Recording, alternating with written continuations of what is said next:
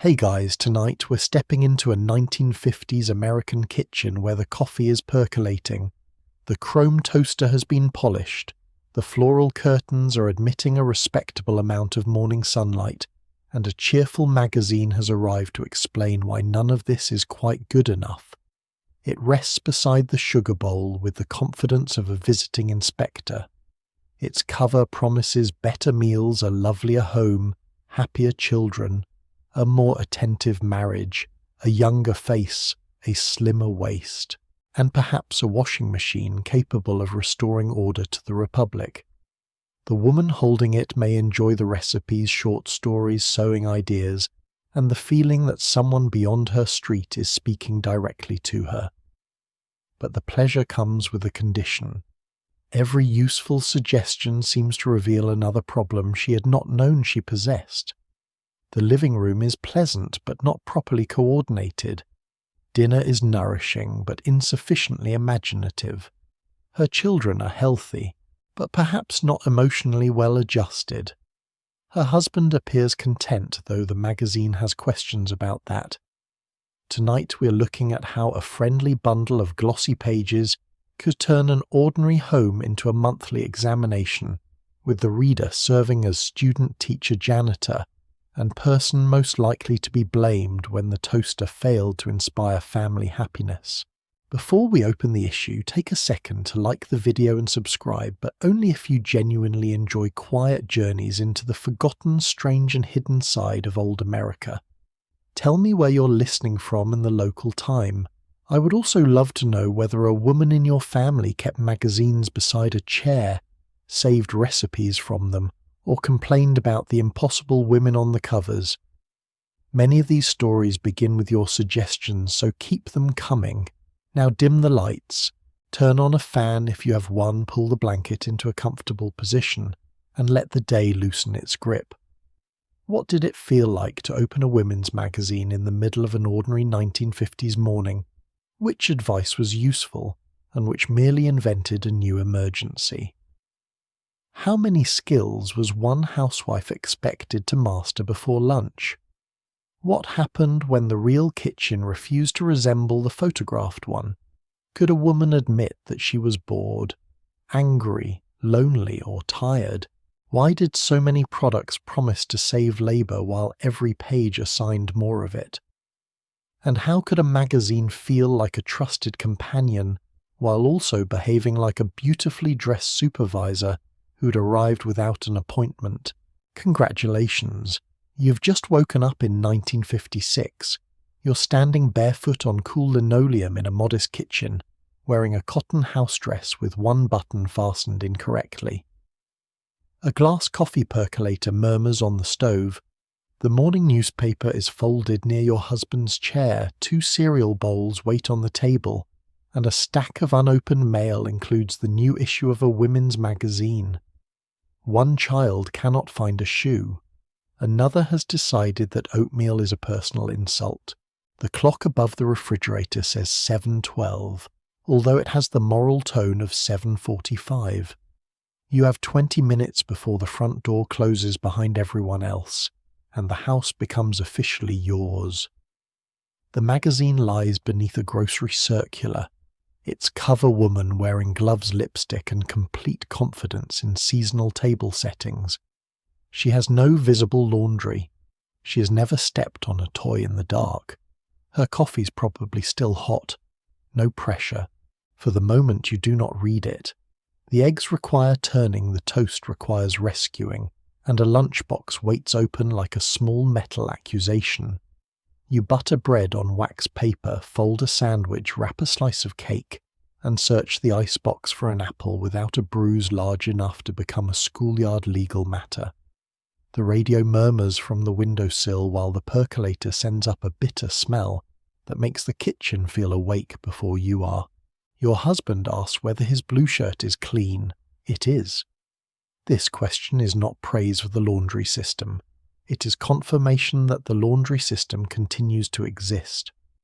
One child spills milk, the other remembers a permission slip, and the toast emerges darker than planned. By the time coats are buttoned and the screen door snaps shut, breakfast has happened so completely that nobody will remember it required planning. What remains is a damp dishcloth cereal beneath a bowl, crumbs beside the toaster and coffee that has entered the stage between warm and symbolic. Only then do you return to the magazine. The family's morning is over, yours has changed departments. The cover bends softly beneath your thumb. Inside, the first pages are thick with colour advertisements: soap, coffee, shortening, face cream, floor wax toothpaste refrigerators, fabric canned soup, and smiling families who seem to have been informed several days in advance that breakfast was coming. This commercial abundance was part of the post-war promise. Manufacturers and power companies promoted modern appliances and household products as paths toward easier, cleaner, more comfortable living, while advertisements often addressed women as the people responsible for selecting what the family would use. The promise was not entirely false. Refrigeration washing machines, electric ranges, packaged foods, and improved cleansers could change the physical burden of domestic work. But convenience had an interesting habit of arriving with revised expectations. A machine washed more clothing, so clothing could be washed more often. A better cleaner brightened the floor, so a dull floor became less forgivable. A modern refrigerator held more food, so meals could become more varied. The appliance saved time, and the standard immediately applied for custody of it. The magazine rarely announced this arrangement. It placed the gleaming result before you and allowed comparison to perform the rest. You turn another page and find a recipe photograph arranged beneath studio lights. The roast is evenly browned, the vegetables maintain disciplined positions, and the dessert possesses architectural integrity. Your own breakfast table still contains a bowl with oatmeal drying around the edge. The contrast is not proof that you have failed. The photograph was style arranged, selected and printed precisely because it was more orderly than ordinary life. Yet that distinction can become difficult to feel when the ideal enters your home month after month. The magazine does not need to say that your kitchen is inadequate. It only needs to show you a kitchen with matching canisters, spotless counters, coordinated curtains, and a hostess who has apparently never opened a cabinet and been struck by a falling saucepan. You may enjoy the picture, you may clip the recipe, you may learn something useful. But somewhere between admiration and instruction, the image begins to behave like evidence. It suggests that domestic competence has a visible surface, smooth frosting, bright laundry, polished chrome, smiling children, fresh flowers, and a woman whose hair remains undisturbed by steam. Real labour has been removed from the photograph. That was considered good composition. This is the quiet power of the magazine beside the coffee. It does not enter the house as an enemy. It enters as help. It offers company during a lonely hour, new ideas for repetitive meals, stories beyond the kitchen, and advice on subjects difficult to discuss with neighbours. For many readers, those pleasures were real. The pages could be saved, shared, questioned, or ignored. Women were not empty containers waiting to be filled by advertising. They brought judgment, experience, humour, irritation, and private methods of resistance. Still, the magazine gathered many standards into one portable object.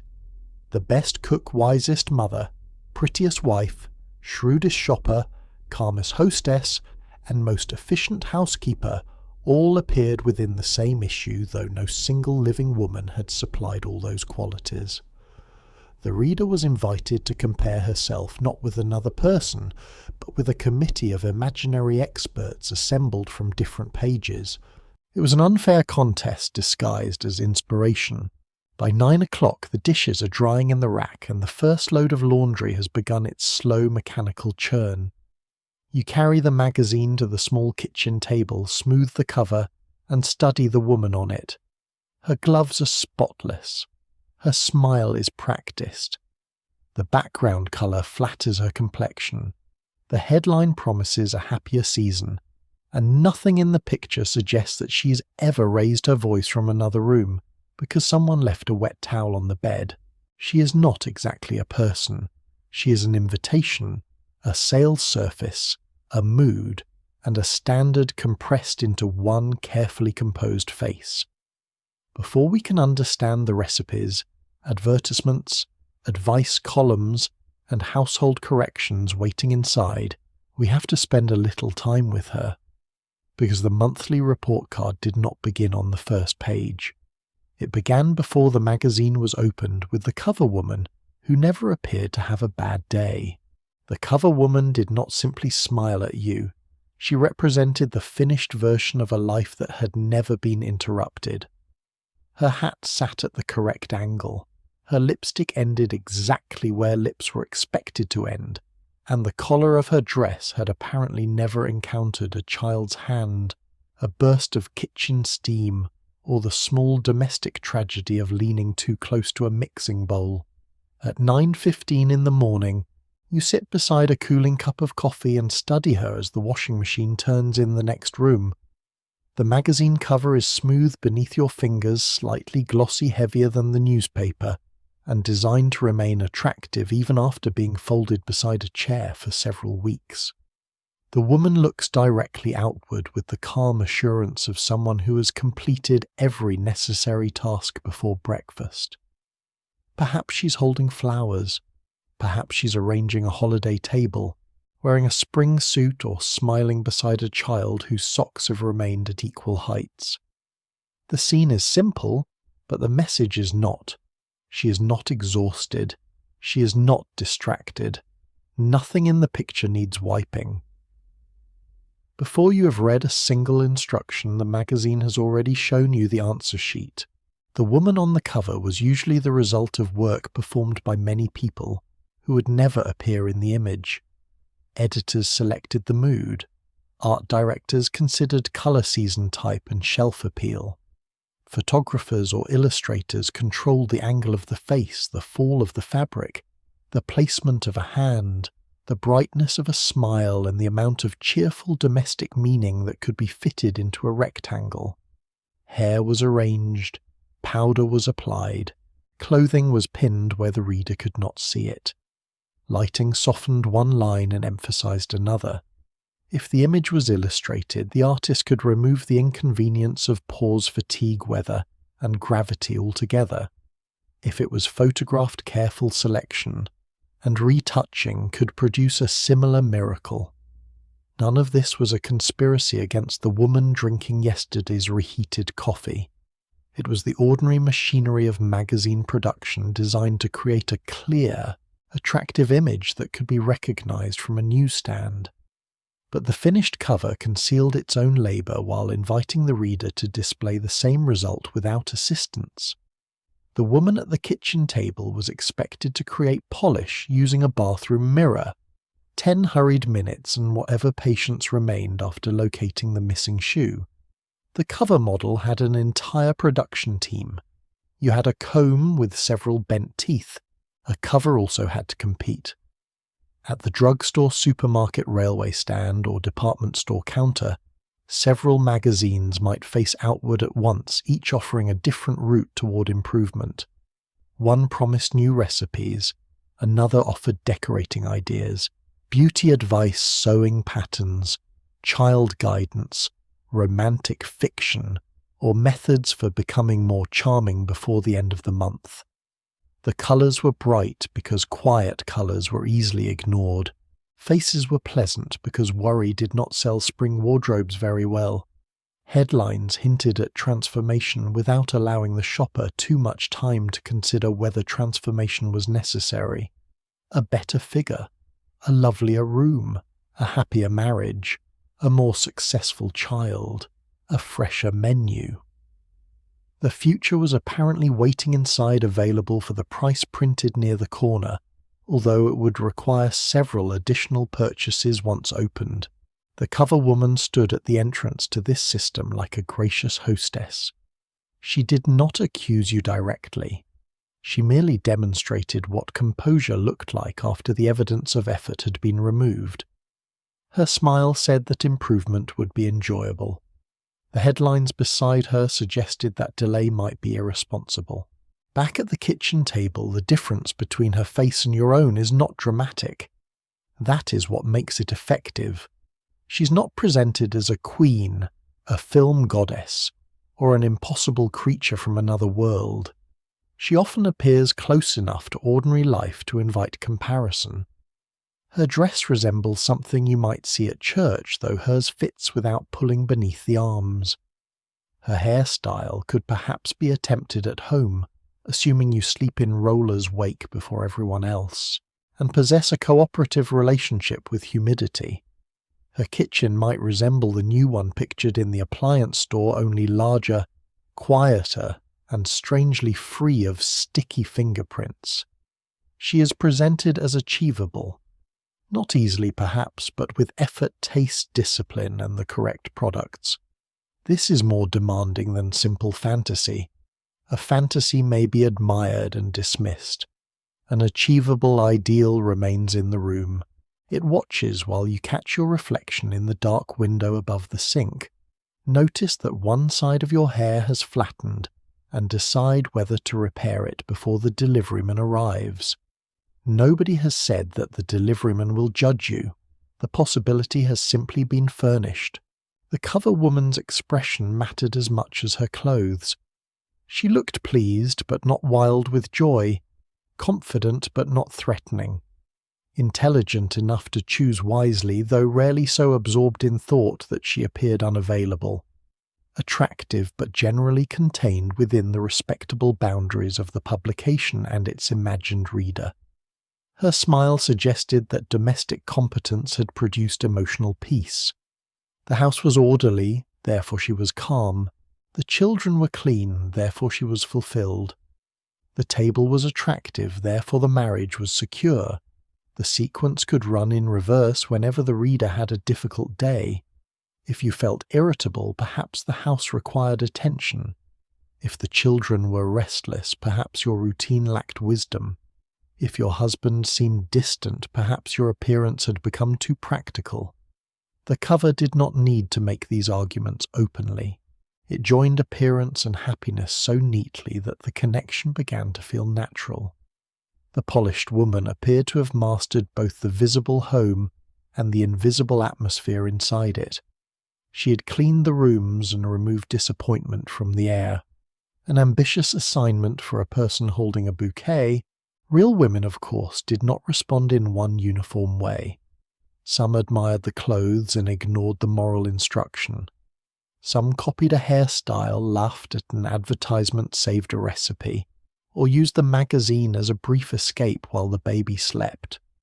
Some understood perfectly well that the cover had been arranged. A woman who sewed could see where fabric had been shaped. A woman who had worked in retail knew that displays were built to look effortless. A woman managing several children could recognize a child posed for a camera when she saw one. Readers were capable of skepticism, pleasure, envy, resistance, and selective attention, sometimes within the same 5 minutes. The magazine could feel like company in an isolated afternoon. It could introduce art fiction, public issues, household information and ideas unavailable in the immediate neighborhood. Yet intelligence did not make a person immune to repetition. Month after month, the same emotional lesson returned in different dresses. The successful woman was prepared attractive, interested, economical, nurturing, sexually appealing, socially graceful, and very rarely visibly tired. She could work constantly provided the work left no mark. By late morning the laundry is moved into a metal basket still warm and slightly damp around the seams. You carry it through the kitchen and glance once more at the cover before setting the magazine aside. The woman is still smiling. She has survived the breakfast spill, the wet towels, the household budget, and the possibility of unexpected company by never having encountered any of them. Her true purpose was not to document an ordinary woman's morning. It was to condense aspiration into one controlled image and persuade the reader to open the issue. In that task, she was remarkably successful. But once opened, the magazine could no longer rely on a single face. It needed to divide the promise into instructions. Cooking would have its pages, beauty would have its pages, marriage, children, cleaning, decorating, health, fashion, and money would each receive a separate department, as though one woman's life were a large company whose managers had become concerned about quarterly performance. The cover had shown you perfection as a whole. The table of contents was about to explain item by item where you had fallen behind. The table of contents was not merely a guide to the magazine. It was a floor plan for the woman you were supposed to become. At 10:30 in the morning, the laundry hangs over a folding rack near the back door. The coffee has gone cold enough to surrender, and the magazine lies open beneath your hand. 2 neat columns divide the issue into departments: food, fashion, beauty, children, marriage, health, decorating, household management, fiction, and perhaps a serious article placed near the middle to prove that the entire publication has not been thinking about curtains. Each heading seems harmless by itself. Recipes can be useful. Sewing instructions can save money. Advice about children may answer a question that no neighbour has explained clearly. But gathered together, the categories begin to resemble a monthly inspection. Your meals may need imagination. Your face may need refreshing. Your living room may need colour. Your children may need firmer guidance or gentler guidance or some delicate combination of both that becomes obvious only after they're grown. Your marriage may need attention. Your figure almost certainly needs attention. The table of contents does not shout. It simply places every part of your life into a separate drawer and labels each one room for improvement. You begin with food because lunch is approaching, and the family will eventually return expecting another meal, an arrangement that has somehow survived several centuries without receiving the title of recurring emergency. The recipe section promises economical menus, company dishes, school lunches, clever leftovers, and a dessert suitable for an evening. When the minister, your husband's supervisor, or 3 women from the church committee might appear with varying degrees of warning. A few pages later, the decorating department offers ways to brighten a tired room disguise. Worn furniture, choose flattering lamps, and arrange flowers with the confident precision of someone who has never knocked over a vase while reaching for the telephone. The beauty section recommends a new shade of lipstick, a better cleansing routine, and a hairstyle designed for the shape of your face.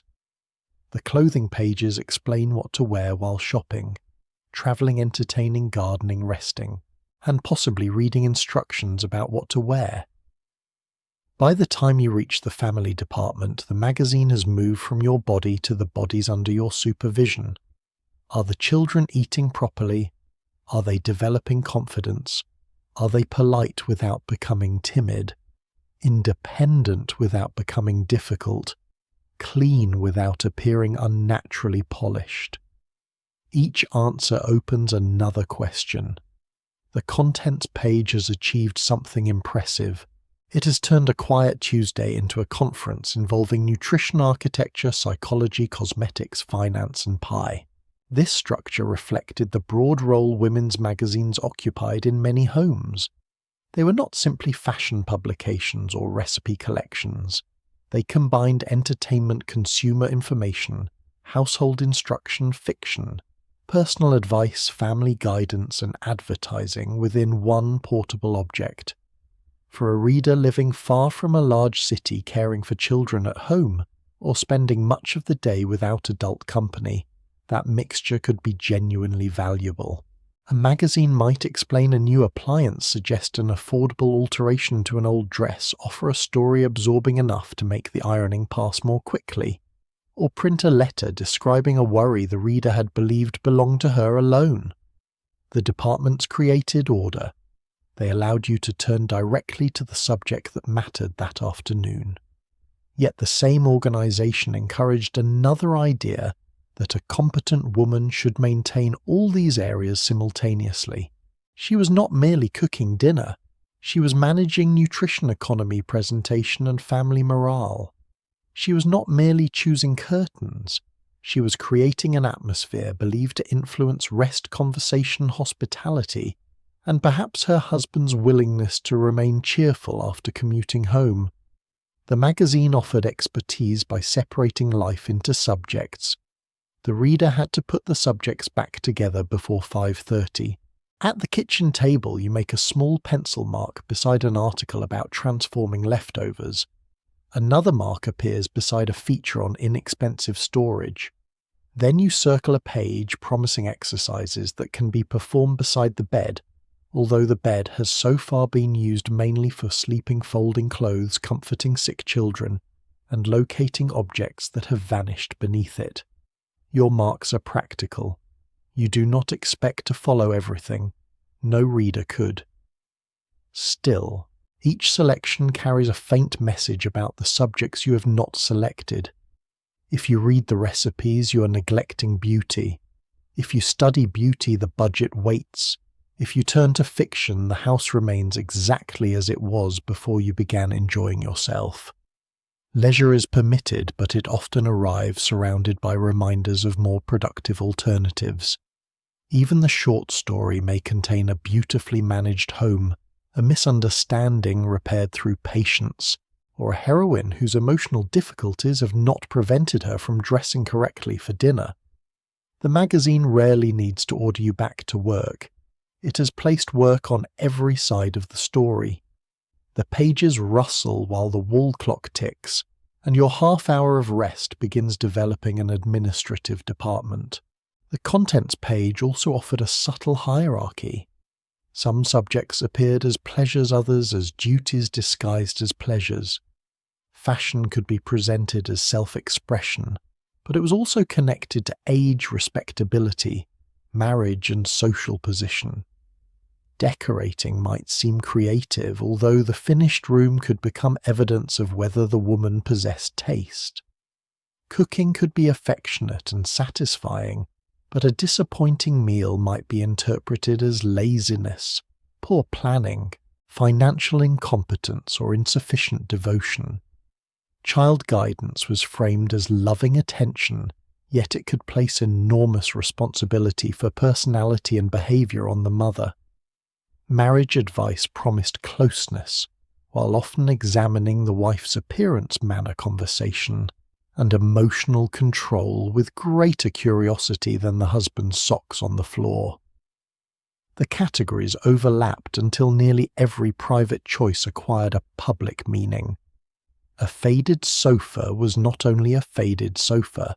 It might suggest carelessness, limited means weak imagination, or failure to study the appropriate article on slipcovers.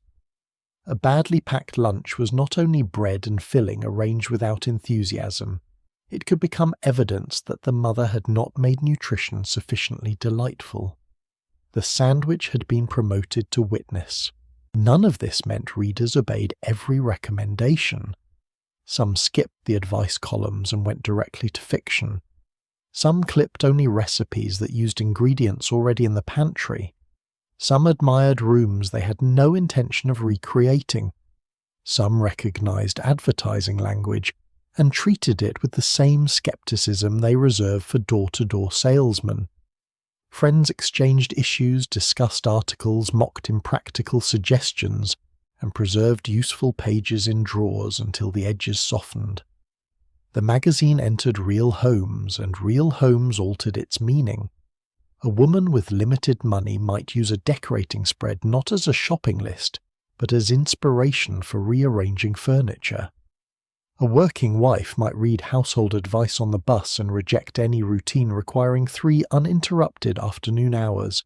A mother with several children might look at an immaculate nursery and laugh because laughter was cheaper than wallpaper.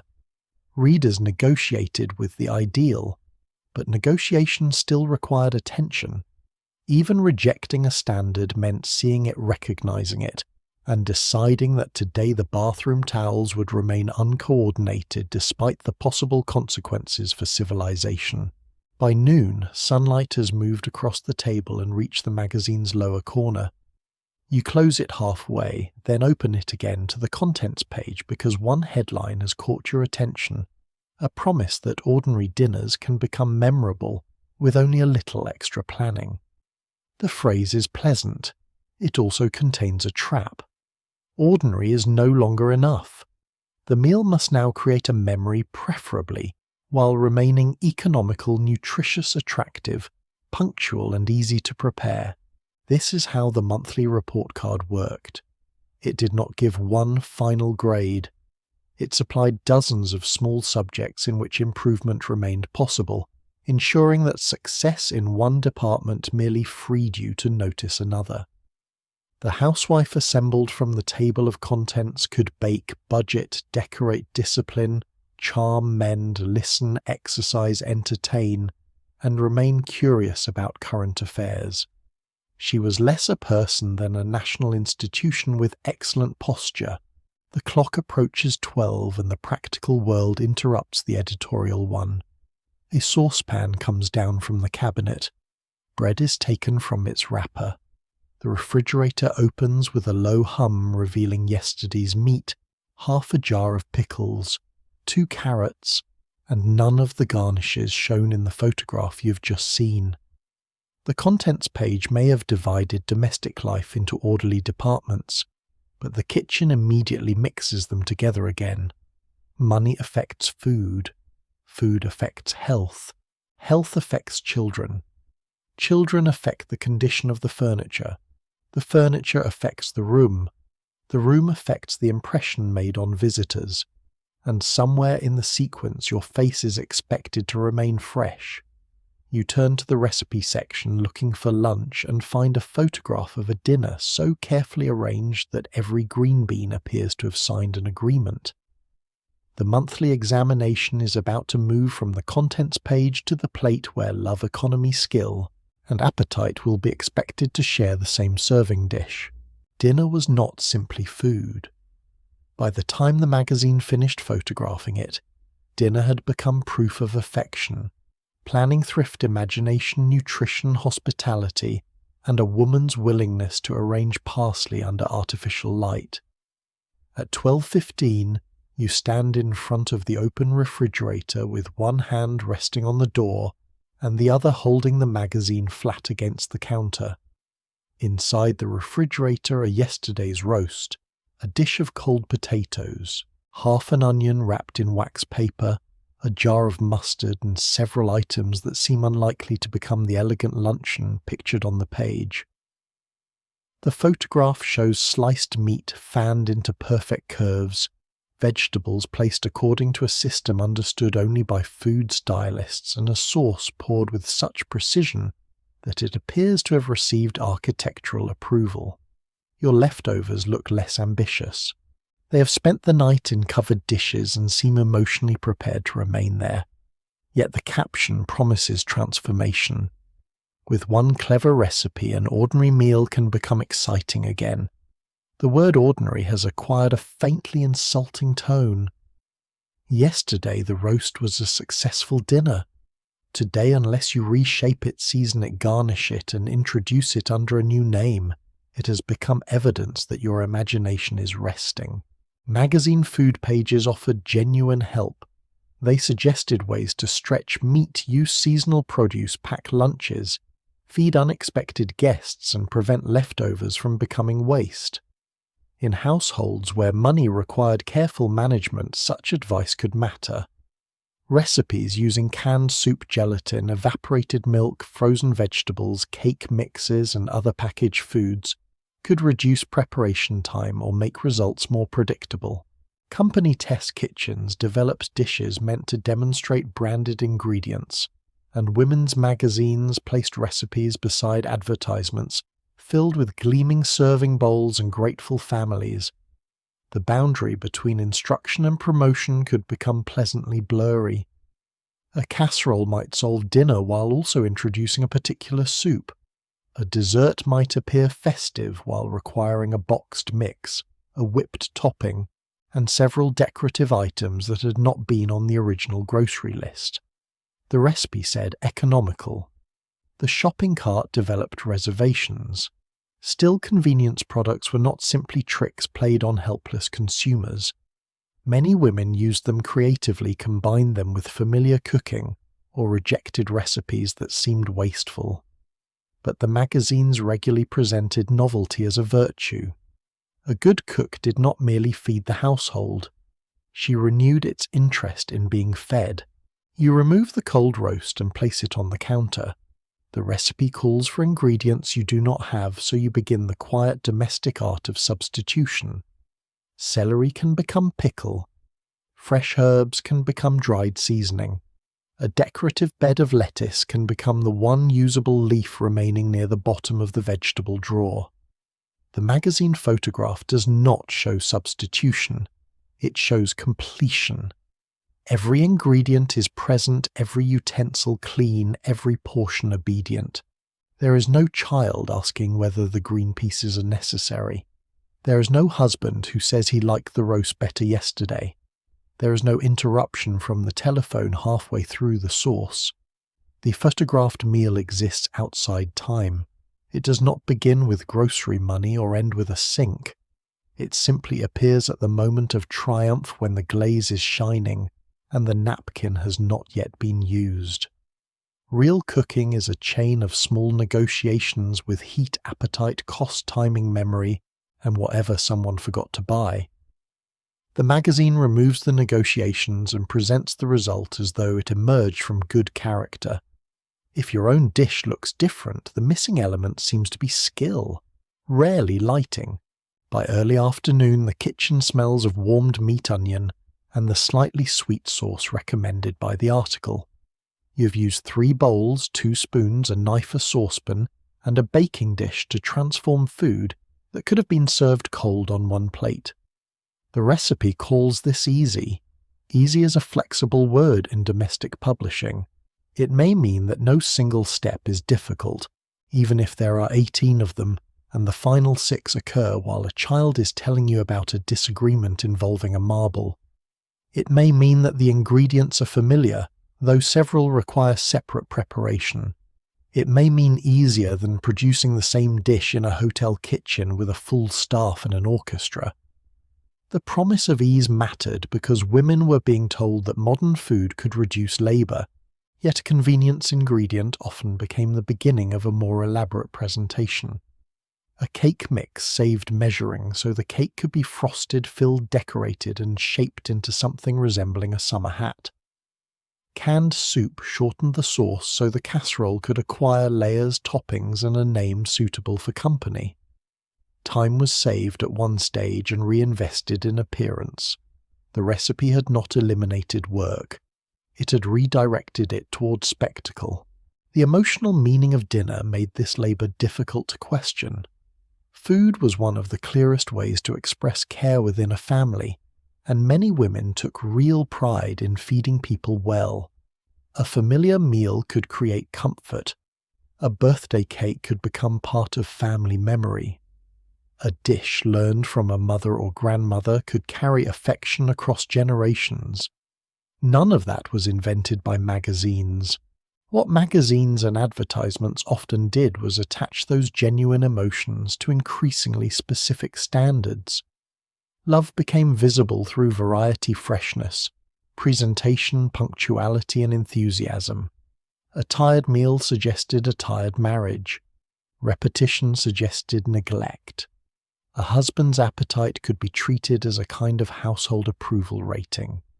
Children who cleaned their plates proved the menu had succeeded. Children who objected became a problem to be solved with creativity disguise, or small vegetables arranged into cheerful faces. The mother's own appetite received less attention. She tasted while cooking, served everyone else, replaced what was dropped, and sometimes ate after the food had cooled. The family experienced dinner as an event. She experienced it as production service and clean-up with a brief seated interval. At 3:30, the photograph returns to mind while you prepare the evening version of the dish. The article recommends a serving platter, a ring of vegetables, and a garnish that appears to exist mainly to prove you had time for garnish. You select the least chipped plate in the cupboard. The table must be set before the food is ready because timing matters. The husband arriving from work is often imagined as crossing a threshold from public strain into private comfort, and dinner becomes part of that transition. The meal should be hot, the children presentable, the room calm, and the wife pleased to see him. This ideal varied enormously from family to family, but it appeared repeatedly because it gave domestic order a dramatic deadline. 5:30 was not simply a time, it was opening night. If the sauce thickened too early, it formed a skin. If the meat remained in the oven too long, it dried. If the children began arguing, the atmosphere spoiled before the first bite. The magazine photograph solved these problems by removing motion. Nobody arrived late, nothing cooled. The peas remained green indefinitely. It was less a dinner than a preserved diplomatic summit. The grocery budget complicated every picture. A recipe could be described as economical, while assuming access to ingredients, equipment, storage, and time that not every household possessed. Middle-class magazine readers might still need to stretch wages carefully while working-class families farm households. Black families facing discrimination, recent immigrants, and women earning wages outside the home often balance different schedules and food traditions than those presented in the ideal suburban spread. A woman returning from paid work might have little interest in a recipe requiring decorative radish roses. A family accustomed to regional or cultural dishes might find the magazine's definition of modern cooking strangely narrow. Readers adapted recipes to local prices, religious customs, family preferences, and what the neighborhood store carried. They crossed out expensive ingredients. They wrote alternatives in the margins. They doubled dishes that froze well and ignored recipes that required 6 bowls. The printed page proposed one version of competence. Actual kitchens produced hundreds. The housewife in the magazine followed instructions. The woman at home negotiated with reality, which was a more difficult skill, and received fewer colour photographs. At 5:40 the dish reaches the table. It does not look like the photograph. The sauce is spread beyond its assigned territory. The vegetables are not arranged with military discipline, and one section of the garnish has collapsed. But the room fills with the smell of warm food, chairs scrape against the floor, and the family begins to eat. Your husband says it is good. One child asks what is in it. Another removes the visible onion with the concentration of a jeweler. The meal is not a failure. It has fed people. It has used leftovers. It has cost less than buying something new. Yet the magazine has trained your eye to notice the distance between useful success and photographed perfection. You see the cracked edge of the serving dish, the uneven slices, the stain on the tablecloth, and the fact that nobody has admired the garnish. The image on the page did not merely offer a recipe. It offered a standard for how devotion should appear once plated. Tomorrow, another page will perform the same operation on the floor, the laundry, and the bathroom sink. Because once dinner could reveal the quality of your love, a little dirt could reveal something far more dangerous, the quality of your character. Dirt was not merely dirt. In the world of the cleaning advertisement, it was testimony.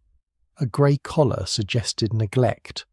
A water spot hinted at carelessness, and a dull kitchen floor appeared prepared to give evidence against you before a jury composed entirely of neighbours, relatives, and women wearing spotless gloves.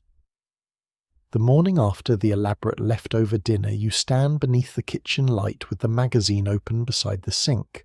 A full-page advertisement shows 2 nearly identical women. One is smiling beside shirts so white they seem capable of signalling aircraft. The other looks worried because her laundry has retained the faint possibility of being fabric. The message is polite but unmistakable.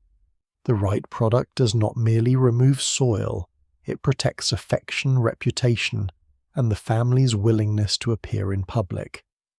Your own dish towel hangs over the faucet, clean but permanently marked by years of tomatoes, coffee and ordinary service. It has performed faithfully. The advertisement would prefer that it apologize. Cleaning advertisements were especially effective because they began with something real. Soap mattered. Sanitation mattered. Washing clothing, scrubbing food surfaces and keeping bathrooms reasonably clean could improve comfort and health. New detergents, bleaches, scouring powders, waxes, sprays, and household tools offered genuine benefits, particularly when compared with hauling water, rubbing laundry by hand, or relying on harsher, older methods. Women did not need advertising executives to explain that grease was unpleasant. But advertisements expanded the definition of the problem. A stain was no longer simply something to remove when practical. It became a warning that the household might be falling below a modern standard. A shirt could be washed and still be described as not bright enough. A floor could be clean and still lack shine. A bathroom could be sanitary and still fail to sparkle with sufficient emotional conviction. The product entered after the standard had been raised, offering relief from the anxiety it had just helped create. This was an efficient arrangement. The advertisement supplied both the emergency and the rescue vehicle. At 8:40 you begin with the breakfast dishes. Warm water runs over your hands, steam fogs the lower edge of the window, and the metal sink gives a small hollow sound as plates touch its surface. The advertisement beside you shows a woman holding a glass toward the light, inspecting it for spots with the seriousness of a laboratory technician. Her expression suggests that one cloudy tumbler could damage the family's diplomatic relations. You rinse more carefully. Then you notice the edge of the stove where a line of grease has collected near a burner. The floor beneath the table holds crumbs that escaped yesterday's sweeping. A fingerprint remains on the refrigerator handle. None of these things is extraordinary. A kitchen in use produces evidence of use. Yet the polished pictures in the magazine imply that a successful kitchen should look as though nobody has eaten there since construction. Domestic labor becomes a peculiar assignment. Create meals. Wash children, polish shoes, clean clothes, host visitors, and then remove all signs that human beings have passed through the building. The home must function constantly while appearing untouched. Apparently the ideal house was a stage set with a plumbing system. The laundry pages are even less forgiving. A family's clothing moves through public space, so every cuff, collar, sock and school blouse can be interpreted by someone outside the house. A child's wrinkled shirt may be blamed on the child for several seconds, before attention travels naturally toward the mother. A husband's dull collar might suggest that his wife has allowed his professional future to become slightly beige. Advertisements often placed women in comparison with one another. One had discovered the new product, the other had not. One received praise, the other embarrassment. One understood modern cleanliness, while the other remained trapped in a regrettable relationship with ordinary soap. The competition was rarely announced as competition. It appeared as helpful advice between women. The wiser friend leaned closer and revealed the secret. The troubled wife looked relieved. Somewhere nearby, a husband or child noticed the improvement, confirming that domestic achievement became real only after someone else approved it. The shirt was brighter. The family smiled. Civilization resumed. You carry a basket of laundry toward the machine, feeling the damp weight settle against your hip. The machine itself is a sign of progress, and progress is real. Compared with hand washing, boiling, scrubbing, lifting, wringing, and line drying, everything through all kinds of weather a powered washer can spare enormous effort. But it also changes what seems reasonable to expect. Clothing can be washed more frequently. Sheets can be changed more often. Towels can be kept brighter. Children can wear lighter colours. A husband can own more shirts because the household can process them. The amount of dirt has not necessarily increased. The acceptable amount has decreased. The machine turns the detergent foams and the magazine presents this as liberation, though liberation has arrived carrying a longer checklist. The woman in the advertisement stands beside the washer, in a crisp dress, one hand resting on the lid. She's not lifting a wet sheet. She's not sorting socks. She's not wondering whether the weather will hold long enough for the line to dry. Her machine appears to complete the entire social meaning of laundry by itself. Yours mainly rotates. By late morning, the cleaning moves outward from the laundry room. You dust the radio cabinet, wipe the telephone, shake crumbs from the toaster tray, and kneel beside the baseboard with a cloth folded around 2 fingers. Floor wax advertisements have encouraged you to consider shine as a form of household character. A polished surface suggests discipline, prosperity, and control. A scuffed one suggests that feet have been using the floor irresponsibly. Some advertisements turn the home into a field of hidden threats, germs on the sink odours in the bathroom, dullness on the furniture yellowing in the wash, and mysterious particles waiting in corners for an insufficiently alert woman. The anxiety is powerful because the danger may be invisible. If you cannot see whether the surface is clean enough, only the product can reassure you. Scientific language diagrams, demonstrations, and confident comparisons give household work the atmosphere of a laboratory, although the chief researcher is still expected to kneel beside the bathtub. Modern chemistry has arrived. It would like you to scrub behind the faucet. The spotless home also carried class meaning. Floors, curtains, linens, clothing, and polished furniture could signal that a family was respectable, even when money was tight. For women whose communities judged domestic order closely, cleanliness could offer real dignity and protection. Black women, immigrant women, working-class mothers, farm wives, and women employed in domestic service often faced especially complicated standards. Some cleaned other families' homes for wages and then returned to unpaid work in their own. Some knew that a child's untidy clothing might be interpreted through racial or class prejudice rather than simple childhood disorder. Respectability could therefore become more than vanity. It could be a defense against hostile assumptions. Yet the glossy middle-class advertisement usually erased these conditions. It showed a spacious bathroom, abundant hot water, modern equipment storage cupboards, and enough uninterrupted time to use every product correctly. It rarely showed the woman who shared a laundry room, carried water, worked a full shift, lived in crowded housing, or calculated whether detergent could wait until payday. The advertisement treated cleanliness as a matter of attitude because plumbing, money, space, and time were less attractive subjects. At noon you pause with the dustcloth in one hand and the magazine in the other.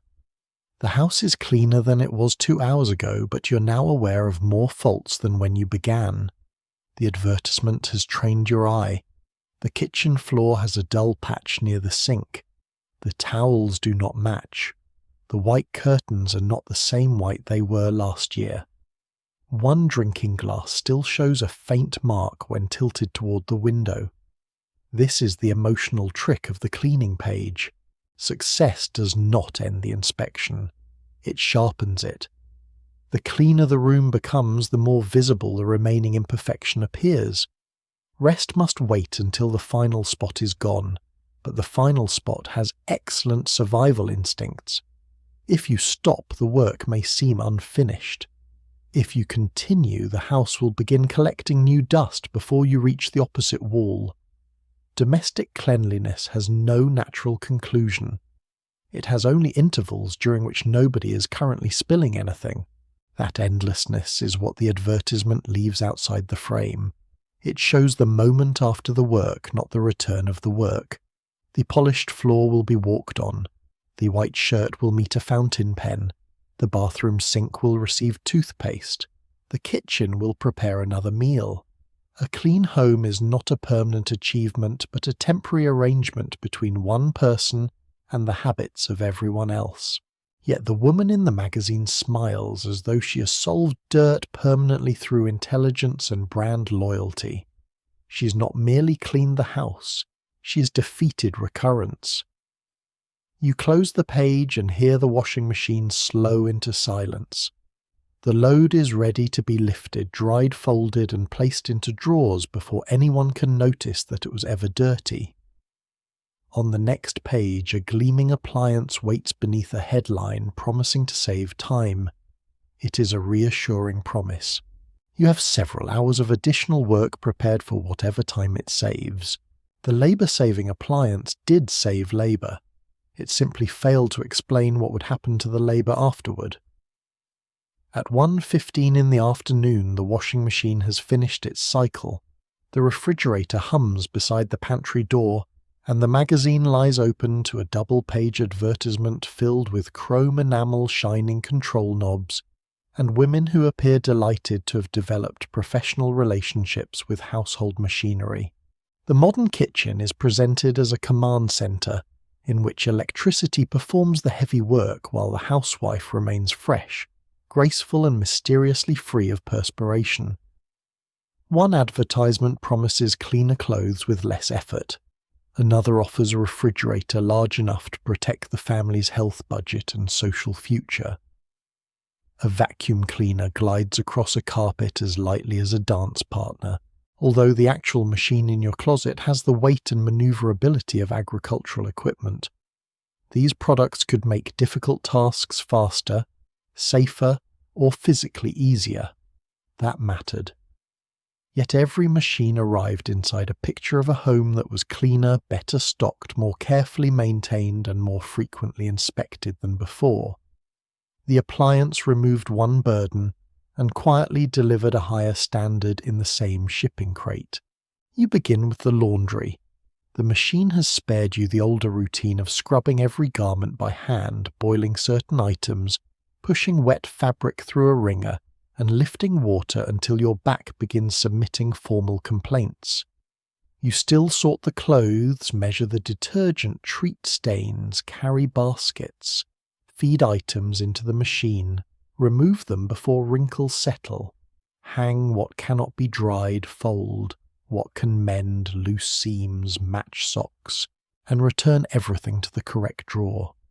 The difference is enormous, but it is not magical. The machine has mechanized part of the process rather than adopting the family. Because washing is easier, it can also happen more often. Shirts that might once have been worn again are expected to appear freshly laundered. Towels are changed before they become visibly dirty. Sheets can be washed on a regular schedule rather than when weather, water strength and time cooperate. Children wear lighter clothing, and lighter clothing reveals every encounter with grass, jam, ink, mud, and existence. The machine turns steadily while the standard moves ahead of it. You're processing more fabric more frequently, but the advertisement shows only the moment when a clean sheet floats gently into a smiling woman's hands. It does not show the fitted corner refusing negotiations. The vacuum cleaner performs a similar trick in the living room. Earlier generations swept rugs, beat carpets outdoors, and moved furniture through exhausting cycles of seasonal cleaning. A motorized vacuum can remove dust more efficiently and spare some of that physical punishment. Yet it also makes frequent cleaning possible, and what is possible has an inconvenient way of becoming expected. The carpet must not merely be free of obvious crumbs, it should display straight, overlapping tracks that prove the machine has passed through recently. Dust hiding beneath the sofa is no longer safely hidden once advertisements demonstrate attachments designed specifically to reach it. Curtains can be vacuumed, upholstery can be vacuumed. Baseboards, stairs, mattresses, lampshades, and corners can all be approached with specialized nozzles, each one extending the territory for which you are now officially equipped. The vacuum roars while you pull its cord around chair legs and drag its heavy body from room to room. In the magazine, the woman guides the machine with one relaxed hand while wearing a narrow skirt and shoes unsuited to moving furniture. Her carpet offers no resistance. Her cord has never become trapped beneath a rocking chair. Technology has conquered dust. It has not conquered the dining table. The refrigerator changes the rhythm of food more quietly. Its steady hum represents security, modernity, and freedom from some of the limitations of daily shopping, melting ice, and rapid spoilage. It allows you to store milk, meat, vegetables, leftovers, frozen concentrate, desserts, and ingredients for meals that have not yet occurred. But increased storage creates increased management. Shelves must be organized, containers, covered spills, wiped ice trays, filled, food, rotated, leftovers identified, and the contents transformed before they become waste. A larger refrigerator encourages a larger inventory, and a larger inventory requires memory. You must know what is behind the milk, how long the roast has been there, whether the lettuce will last until Thursday, and which dish contains pudding rather than gravy. The magazine treats the refrigerator as a silent servant. In practice, it resembles a refrigerated filing cabinet supervised by a woman who's expected to remember every deadline. Its clean white interior becomes another display of competence. A crowded shelf suggests poor planning. An empty shelf suggests poor provision. Too many leftovers suggest waste. Too few suggest that you have failed to prepare ahead. The refrigerator preserves food beautifully. It also preserves decisions. On the counter, the electric mixer waits beside a bowl. It can beat batter faster and more evenly than a wooden spoon, sparing the arm and producing reliable results. This is genuine convenience, especially when bread cakes, frostings, puddings, and whipped preparations appear regularly on the household menu. But faster mixing does not necessarily mean less baking. It may mean more ambitious baking. A plain cake becomes a layer cake. A layer cake becomes a filled and frosted centerpiece. Bread can be supplemented by rolls, cookies, or something decorative for the school event that was mentioned at breakfast, and apparently requires 3 dozen portions by tomorrow. The magazine's appliance pages rarely imagine that the save 20 minutes might be spent sitting quietly. Save time is portrayed as available capital to be reinvested in the family. The mixer gives your arm a rest so your hands can prepare the pan measure. The ingredients scrape the bowl, spread the icing, wash the beaters, and decorate the top. The machine has been very helpful. It has created the opportunity to make something more complicated. The electric range, automatic toaster, coffee, percolator iron, and other modern devices gather around the same promise. They regulate heat, increase predictability, and reduce certain forms of constant watching. But predictable equipment encourages predictable results. Toast burned over an uncertain flame may be misfortune. Toast burned in a modern automatic toaster begins to look like operator error. An iron with temperature controls should protect the fabric, which means a scorched collar now requires an explanation. A range with clearly marked settings should produce a properly timed meal, even though children, telephone calls, grocery shortages, and human distraction remain outside the engineering diagram. The more control the appliance appears to provide, the less acceptable accidental results become.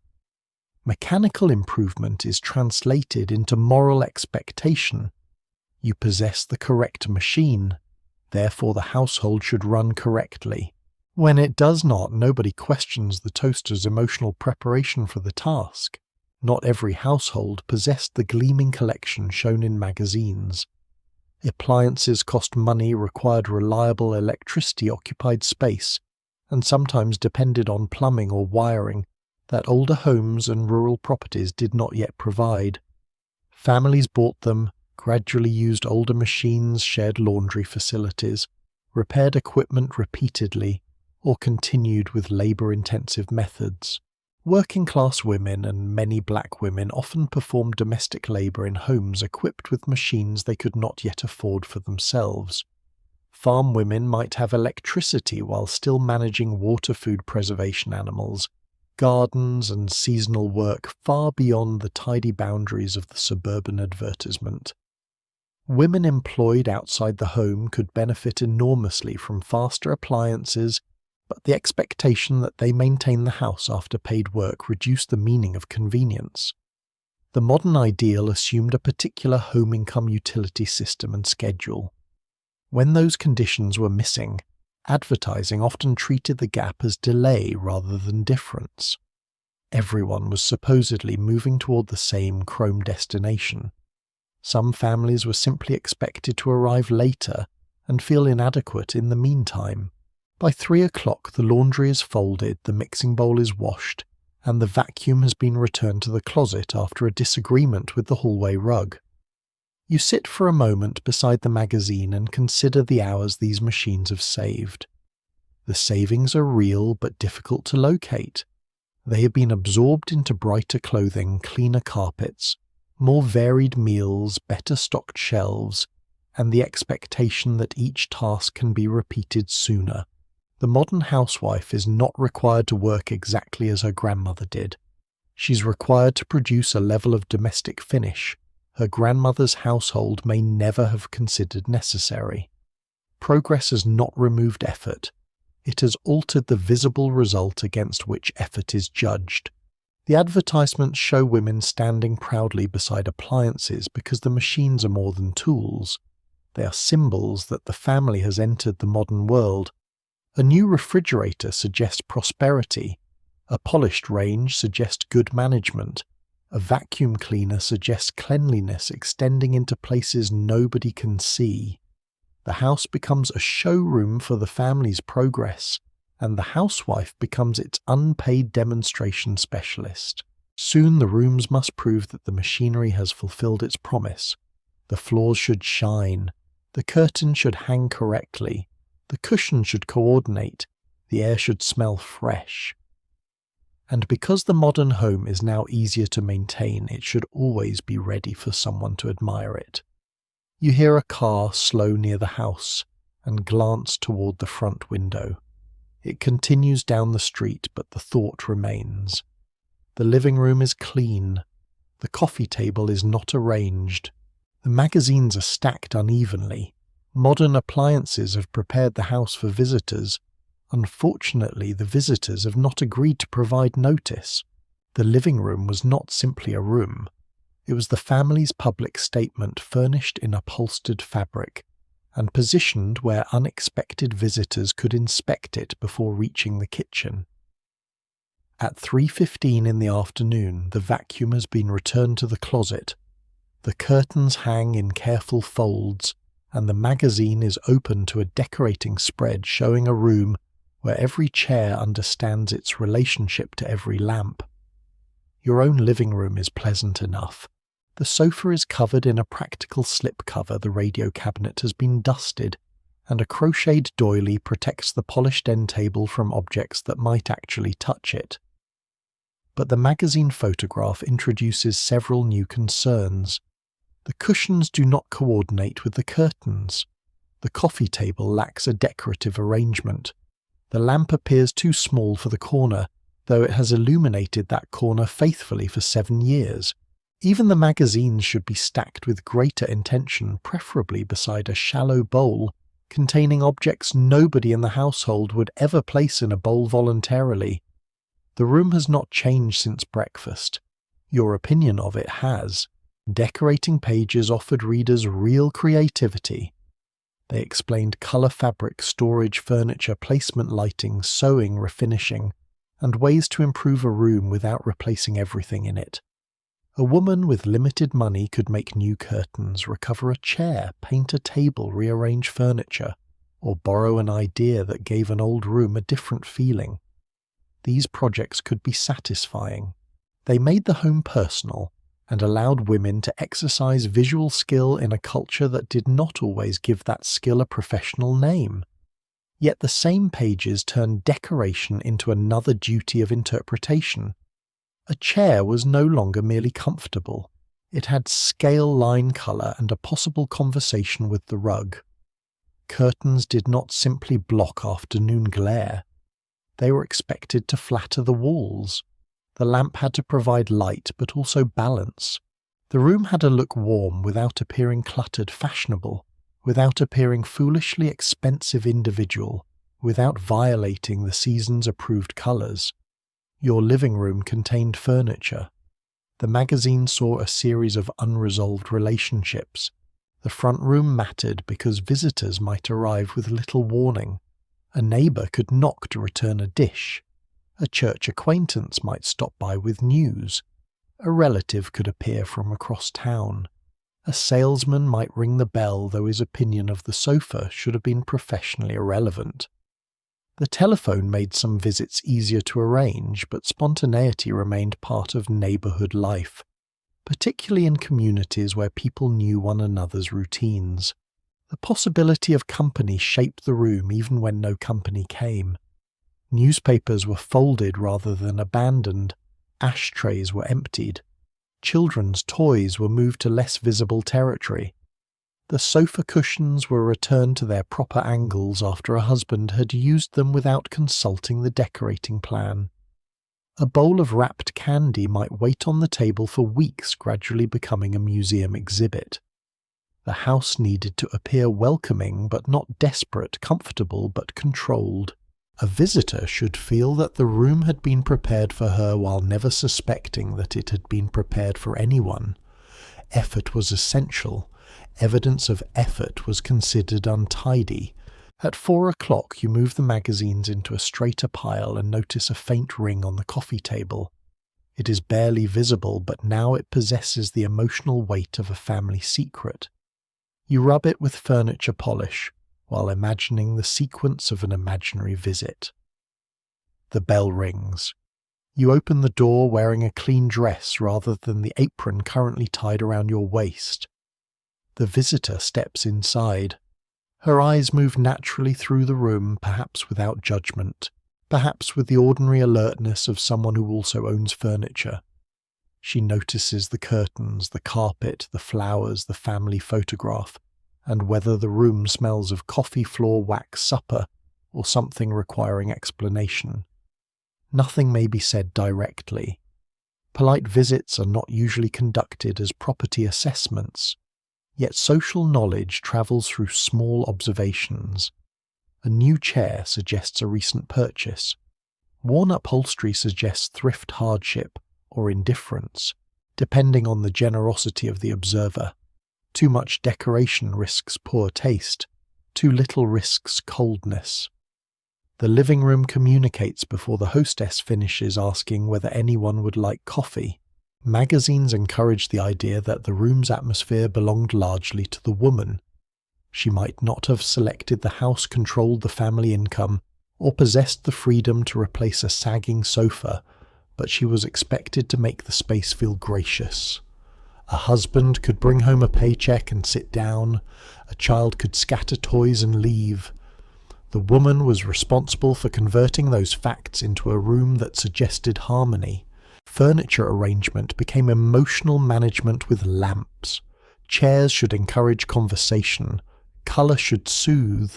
Clutter should disappear.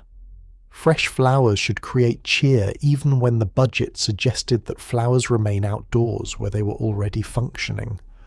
If the room felt uncomfortable, perhaps the lighting was wrong. If conversation died, perhaps the seating arrangement was poor. If the family seemed tense, the magazine might recommend warmer colours. This gave decoration a flattering amount of power. It also allowed larger problems to be approached through upholstery. A new slipcover could not settle a marital disagreement, but it photographed more attractively than silence. The room carried class meaning as well. A coordinated living room suggested not only taste but the resources required to protect that taste. Furniture lasted for years, sometimes decades, and households repaired, covered, repainted, inherited or purchased items gradually. The perfectly integrated magazine room might contain a level of planning possible only when several pieces were brought together, professionally selected or replaced before they'd finished being useful. Real homes accumulated.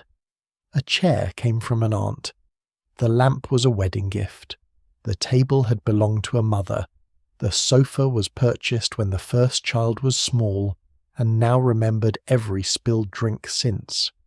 This mixture created homes with history, but advertising often described it as a decorating problem. Working-class families, renters, rural households, and families facing housing discrimination did not begin with the same space or choices as the suburban ideal. Black families who had been excluded from certain neighborhoods or credit opportunities could be judged by standards built around access they had been denied.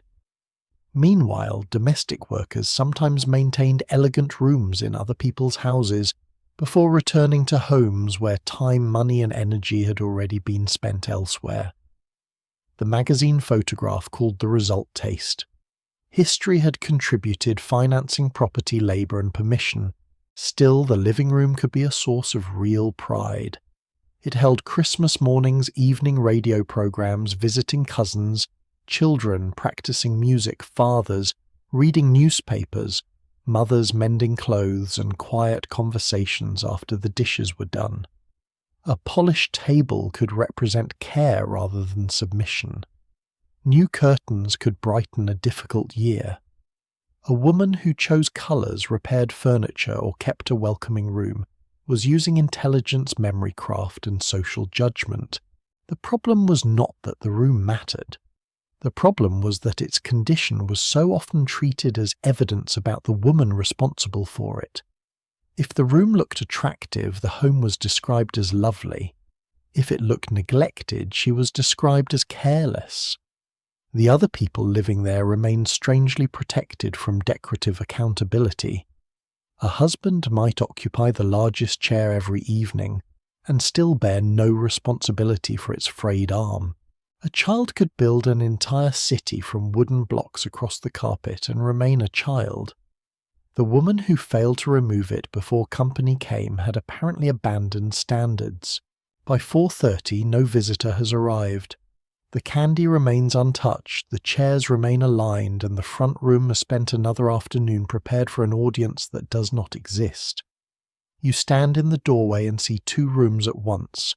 One is the real room, familiar, useful, worn in places shaped by the people who live there. The other is the room revealed by the magazine, a collection of mismatched colours, aging surfaces, and missed opportunities for improvement. The second room is more difficult to enjoy because it is never finished. A new cushion exposes the old curtains. Fresh curtains expose the faded rug.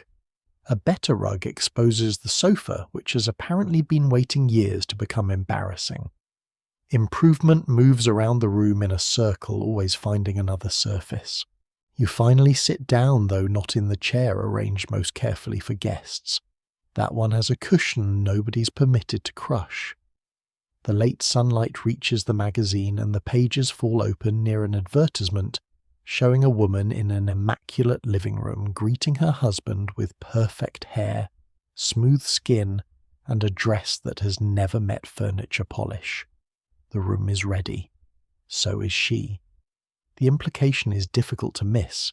A gracious home requires a gracious hostess, and a gracious hostess should not look as though she has spent the afternoon dragging a vacuum cleaner, lifting laundry, polishing tables, and worrying about the possibility of someone seeing the house.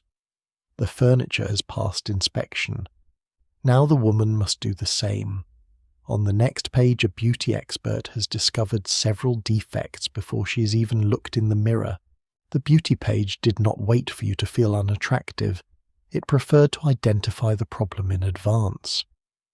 At 10:45 in the morning, the breakfast dishes are dry.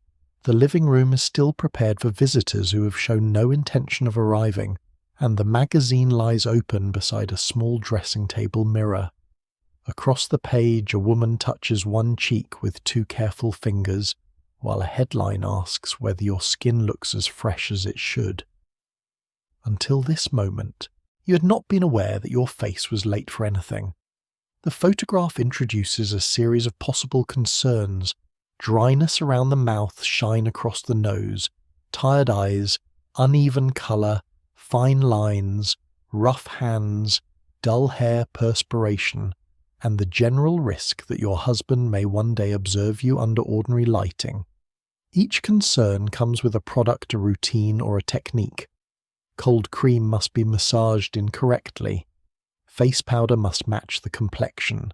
Lipstick should brighten without becoming too bold. Deodorant should prevent any reminder that the human body produces heat. The page is helpful in the manner of a person who enters your house, points towards several cracks you'd never noticed, and offers to sell you plaster. You carry the magazine into the bathroom where the light above the mirror is less forgiving than the illustrator. A jar of cleansing cream sits beside a hairbrush, a powder compact, a comb, and several hairpins that seem to reproduce when left unattended. The room smells faintly of soap face powder and the hairspray used earlier in the week. You study your reflection. One side of your hair has flattened near the temple. There is flour near the cuff of your dress, though the magazine has not yet developed a treatment for that. The beauty column recommends a regular schedule cleanse, tone, soften, protect exercise. The facial muscles care for the hands, brush the hair, and never go to bed with makeup still in place. The advice may improve comfort or appearance, and many women genuinely enjoy these rituals. A quiet 10 minutes with cold cream and a warm cloth can feel less like obedience than privacy. But the schedule joins the other schedules already governing the day. The floors have a routine, the laundry has a routine, the children have a routine. Now the paws have submitted a timetable. Beauty advertising works especially well when the defect is small enough to be common and vague enough to be difficult to disprove. A dramatic problem would affect only a few readers. A slightly tired complexion can include nearly everyone by Thursday. The advertisement may show a woman leaning away from her husband because she fears that her breath, skin, hair, or perspiration has betrayed her. Another woman has used the correct product and now stands close enough to receive approval. The emotional structure is simple. First comes uncertainty, then embarrassment, then purchase. Finally, affection returns. The product has not merely improved the body, it has restored social safety. This method turns ordinary physical processes into private threats. Skin becomes oily because skin produces oil. Hair loses shape because weather exists. Hands become rough because they wash dishes, scrub collars, peel vegetables, wring cloths, and spend much of the day in water. Yet the advertisement often removes the labour and preserves only the evidence it leaves behind. The rough hand appears as a beauty failure rather than a record of work. The remedy is another cream applied by the same hands after everyone else has gone to bed. By noon, the beauty page has moved from skin to hair. The model's waves are smooth, controlled, and positioned with such accuracy that each curl appears to have received a street address. Your own hair has survived steam from the stove movement from the vacuum cleaner and repeated contact with the telephone receiver. Maintaining a fashionable style may require rollers, pin curls, setting lotion, careful brushing, regular salon appointments, or a home permanent strong enough to alter both the hair and the atmosphere of the house. Magazines offer diagrams showing where to place each pin, which direction to roll, and how to adapt a style to the shape of the face. The instructions give women practical knowledge. They also encourage the idea that the natural face and hair are raw materials requiring management. A round face should be lengthened. A long face should be softened. A broad forehead should be disguised. A narrow chin should be balanced. The head has become a small construction site with excellent cheekbones. Even the woman who follows every instruction may discover that the style is designed to appear effortless only after an evening spent sleeping on metal clips. The body receives similar attention. A column may recommend posture exercises, reducing men's foundation garments, or discreet movements performed beside the bed before the household wakes. The intended reader is expected to look feminine without appearing vain, youthful without dressing too young, attractive to her husband without attracting the wrong kind of public attention, and well-groomed without revealing the hours or money required. The standard is less a single look than a narrow corridor. Too little effort suggests carelessness. Too much suggests foolishness or self-absorption. A woman should improve herself continuously, while behaving as though she has simply remained pleasant by nature. The girdle controls the waist, the brassiere arranges the silhouette. The stockings smooth the legs and the shoes complete the line, while introducing a separate discussion with the feet. Underneath all this structure is a person expected to bend over laundry baskets, carry groceries, kneel beside children, prepare meals and sit gracefully when company enters. Fashion has designed the body for standing still. Daily life has other plans.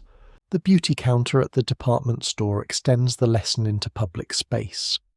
Glass cases shine beneath bright lights, and rows of lipstick, powder cream, perfume, and nail colour are arranged with the seriousness of scientific instruments.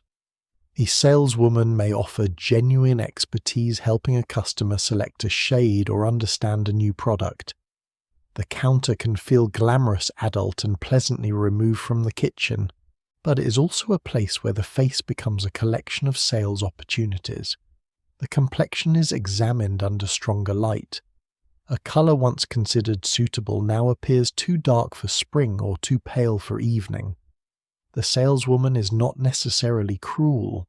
She too is working within standards that require her own hair, makeup, nails, posture and manner to remain polished throughout the day. She must make the customer feel both attractive enough to enjoy the experience and efficient enough to buy something. This is a delicate performance. Too much praise and the sale disappears. Too much honesty and the customer does. Race and class altered these beauty pressures significantly. Mainstream women's magazines often centered white faces, white beauty standards, and middle-class consumers with access to department stores, salons, private bathrooms, and money for specialized products. Black women encountered an additional burden. Beauty and respectability could affect employment treatment in public, and judgment shaped by racism, while segregated beauty shops and black-owned businesses created important spaces of skill, entrepreneurship, conversation, and community. Hair care involved different techniques, tools, products, costs, and cultural meanings than those assumed by the dominant magazines. Working-class women might perform exhausting labour and still be expected to appear neat enough that the labour remained invisible. Rural women, factory workers, domestic workers, nurses, clerks, and mothers caring for several children did not possess the same time or facilities as the woman in the studio photograph. Yet the page rarely adjusted its standards for hot kitchens, shared bedrooms, long shifts, limited budgets, or the absence of a dressing table. Beauty was presented as discipline because unequal time and access were difficult to package attractively. There was pleasure here too, and it should not be erased. Lipstick could brighten a difficult morning. A salon visit could provide rest, friendship, gossip, and a rare hour during which someone else cared for the woman who cared for everyone. A bottle of perfume could belong to her alone. Learning to style, hair sew clothing, or apply makeup could be creative rather than oppressive. Women exchanged techniques, modified fashions, laughed at impossible instructions, and developed personal styles that magazines had not planned. The problem was not that women wanted to look attractive. The problem was the expanding number of ordinary features that could be recast as evidence requiring correction. Once the page had identified dull, skin-tired eyes, rough hands, limp hair, poor posture, the wrong lipstick, and a waistline insufficiently cooperative with modern tailoring improvement, no longer had a natural endpoint. The corrected face revealed the neglected hands. The polished nails drew attention to the arms. The new hairstyle made the old dress seem tired. Beauty advanced by creating unfinished territory. At 1:15, you close the compact and wipe a faint line of powder from the dressing table. Your hair is smoother. Your lipstick is fresh. You feel for a moment more prepared to meet the afternoon. That feeling is real. So is the effort behind it. The magazine model appears beautiful because the work of beauty has been removed from the picture, just as the work of cooking, cleaning, and decorating was removed from the rooms around her. You're expected to produce the result while concealing the process. The rollers, creams, stockings, pins, appointments, discomfort, expense, and repeated glance toward the mirror. When your husband comes through the door, you should look as though the day has treated you gently. The evidence suggests otherwise. You return to the magazine and turn the page. A fashion illustration shows a narrow-waisted woman in a fitted afternoon dress, one gloved hand resting lightly at her hip. The caption explains which line flatters which figure, as though the fabric has been assigned the role of judge. Your face has now been cleansed, softened, powdered, coloured, and warmed. The rest of the body is next. Because once the beauty page has discovered what is wrong with the woman above the neckline, the fashion column is ready to explain why the clothing beneath it has been struggling heroically to correct her. Clothing did not simply cover the body, it entered into negotiations with it. At 1:30 in the afternoon, the magazine lies open across the bed beside a dress pattern, a tape measure, a pair of stockings, and a foundation garment, whose engineering suggests that comfort was not invited to the design meeting. The fashion illustration shows a woman with a narrow waist-long neck, smooth hips, and shoulders arranged at a flattering angle no ordinary person could maintain while reaching into a lower cupboard. Beside her, the column explains which lines lengthen, soften, minimize balance, disguise, and correct. The language is gentle, but the body has clearly been accused of several architectural errors. A short neck can be improved by the proper neckline. Broad hips may be controlled by careful proportion. A full bust should avoid certain details. A small bust should seek others. Height can be suggested, width reduced, age concealed, and the entire female form encouraged to cooperate with whatever silhouette the season has selected. The dress is presented as the solution. The woman inside it is the problem under consideration. You lift the foundation garment from the bed and feel its firm elastic panels, hook seams, and reinforced sections. By the 1950s, the fashionable silhouette often depended on structure beneath the clothing. Brassieres shaped the bust girdles, smoothed the hips and abdomen. Garter tabs held stockings in place, and slips prevented dresses from clinging in undignified ways. These garments could provide support, create a desired line, and help clothing hang as intended. They could also pinch, roll right upward, restrict movement, trap heat, and turn an ordinary trip to the bathroom into a small engineering project. The magazine rarely photographs the struggle. It shows the completed silhouette, waist-defined skirt, controlled seams straight, and no visible indication that the woman has been fastening herself into elastic discipline for several minutes. The body must be arranged before the dress can be worn, and then the arrangement must survive sitting, bending, driving shopping, cooking and breathing with appropriate restraint. The finished figure looks natural because the machinery has been placed underneath it. This is one of fashion's older jokes. The more equipment required, the more effortless the result is expected to appear. The stockings demand their own attention. You sit on the edge of the bed, gather the delicate nylon carefully between both hands, and guide one foot inside without allowing a rough fingernail to catch the fabric. A run can begin with a tiny snag and travel down the leg with the determination of a roomer. Stockings must be straight, their seams aligned, their tops fastened securely to the garters, and their surface protected from chair edges, children's shoes, sharp drawers, and almost every object commonly found in a house. Nylon stockings had become a familiar symbol of modern femininity, but modernity remained surprisingly vulnerable to splinters. A woman leaving home might carry clear nail polish or know a quick method for stopping a run before it spread. The emergency was small yet public. Bare legs could seem too casual for certain workplaces, churches, restaurants, or social occasions, while damaged stockings suggested disorder. The legs were clothed in something almost invisible, and the invisibility required constant supervision. Progress had created a fabric lighter than older hosiery. It had not created a world free of chair corners. The dress itself must suit the hour and the occasion. Fashion columns often distinguish between clothes for housework, shopping, lunch, travel, church, afternoon, calls, dinner, and evening entertainment. A house dress could be practical, washable, and relatively inexpensive, but it should still fit neatly and look presentable if the doorbell rang.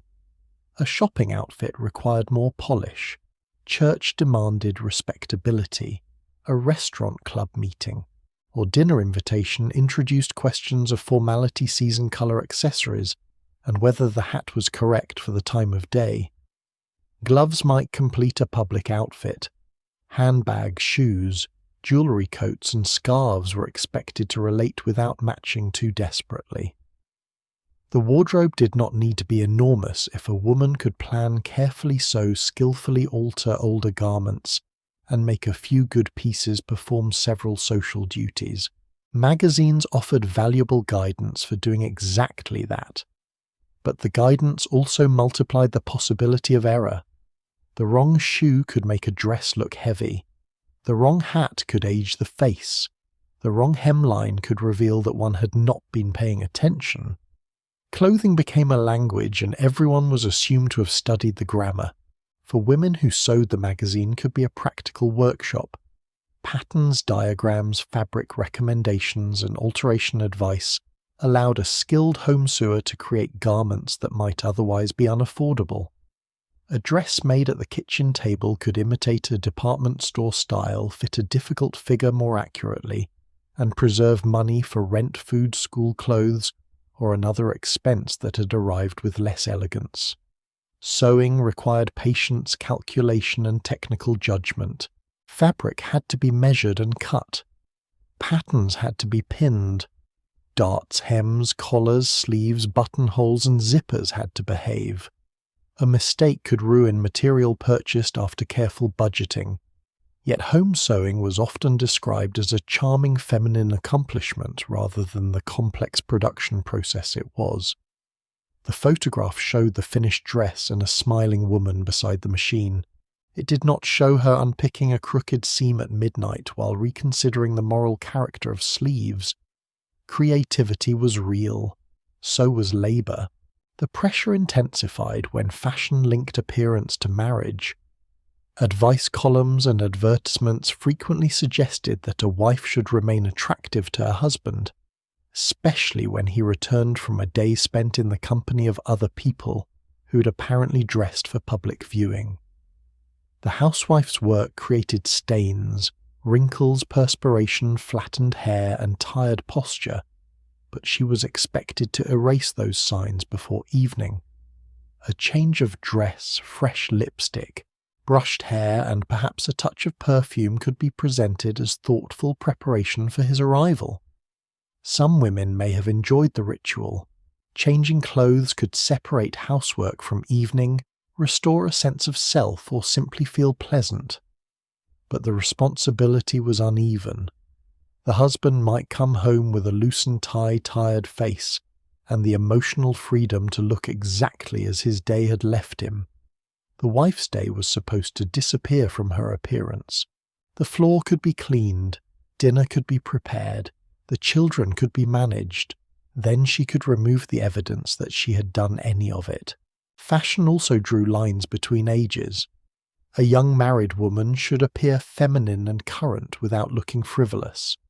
A mother should remain attractive without dressing as though she had forgotten she was a mother. An older woman was encouraged to choose flattering colours, restrain details and silhouettes that acknowledged age while disguising its visible effects. There was no clear moment when these rules became easy. Youth required modesty. Maturity required maintenance. Middle age required strategic editing. The magazine might praise individuality, but individuality was safest when exercised within an approved range. A woman could express herself through colour fabric and accessories, provided the expression did not become too loud, too severe, too young, too old, too expensive, too cheap, too sensual, or too indifferent. She was expected to stand out enough to be admired and blend in enough to remain respectable. This required judgment more delicate than the fabric. Racework, region, and income changed these clothing decisions. Black women often faced racist scrutiny that made neatness and respectability especially consequential in workplaces, schools, churches, shops, and public spaces. A mistake that might be dismissed as casual on a white middle-class woman could be interpreted far more harshly on someone already confronting prejudice. Domestic workers might wear uniforms in employers' homes, then change into carefully maintained personal clothes for church or community life.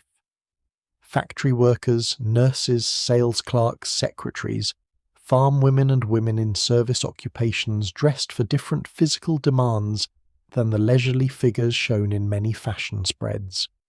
Rural weather crowded public transportation. Long shifts, limited closets, and household budgets did not always cooperate with seasonal wardrobes. A woman might own one good coat, one church dress, and several practical garments repeatedly altered, repaired, and restyled. The magazine's advice could help her extend those clothes. It could also make the distance between usefulness and fashion feel like a personal deficiency rather than a matter of money, labour, or access. At 3 o'clock you stand before the mirror in a fitted afternoon dress. The stockings are straight. The waist is smoother beneath the girdle. The neckline flatters the face according to the column's instructions. The shoes complete the line, though they have begun pressing against one toe with diplomatic hostility. You look polished. You may even feel pleased, and that pleasure should not be dismissed. Clothing can change posture, mood, confidence, and the way a person enters a room. A well-made dress can feel beautiful. A familiar coat can offer dignity. A carefully chosen hat can turn an ordinary afternoon into an occasion. Women used fashion not only to obey standards, but to play with them, adapt them, and claim moments of identity inside narrow expectations. Yet the magazine keeps the mirror crowded. Behind your reflection stand all the suggested corrections, the waist that should appear smaller, the hips that should appear smoother, the height that should be extended, the age that should be softened, and the fatigue that should never become part of the outfit. You turn sideways, check the hem, and smooth the skirt once more. The body has cooperated sufficiently for the afternoon. It has been lifted, compressed, lengthened, concealed, balanced, and instructed to remain charming despite reduced circulation.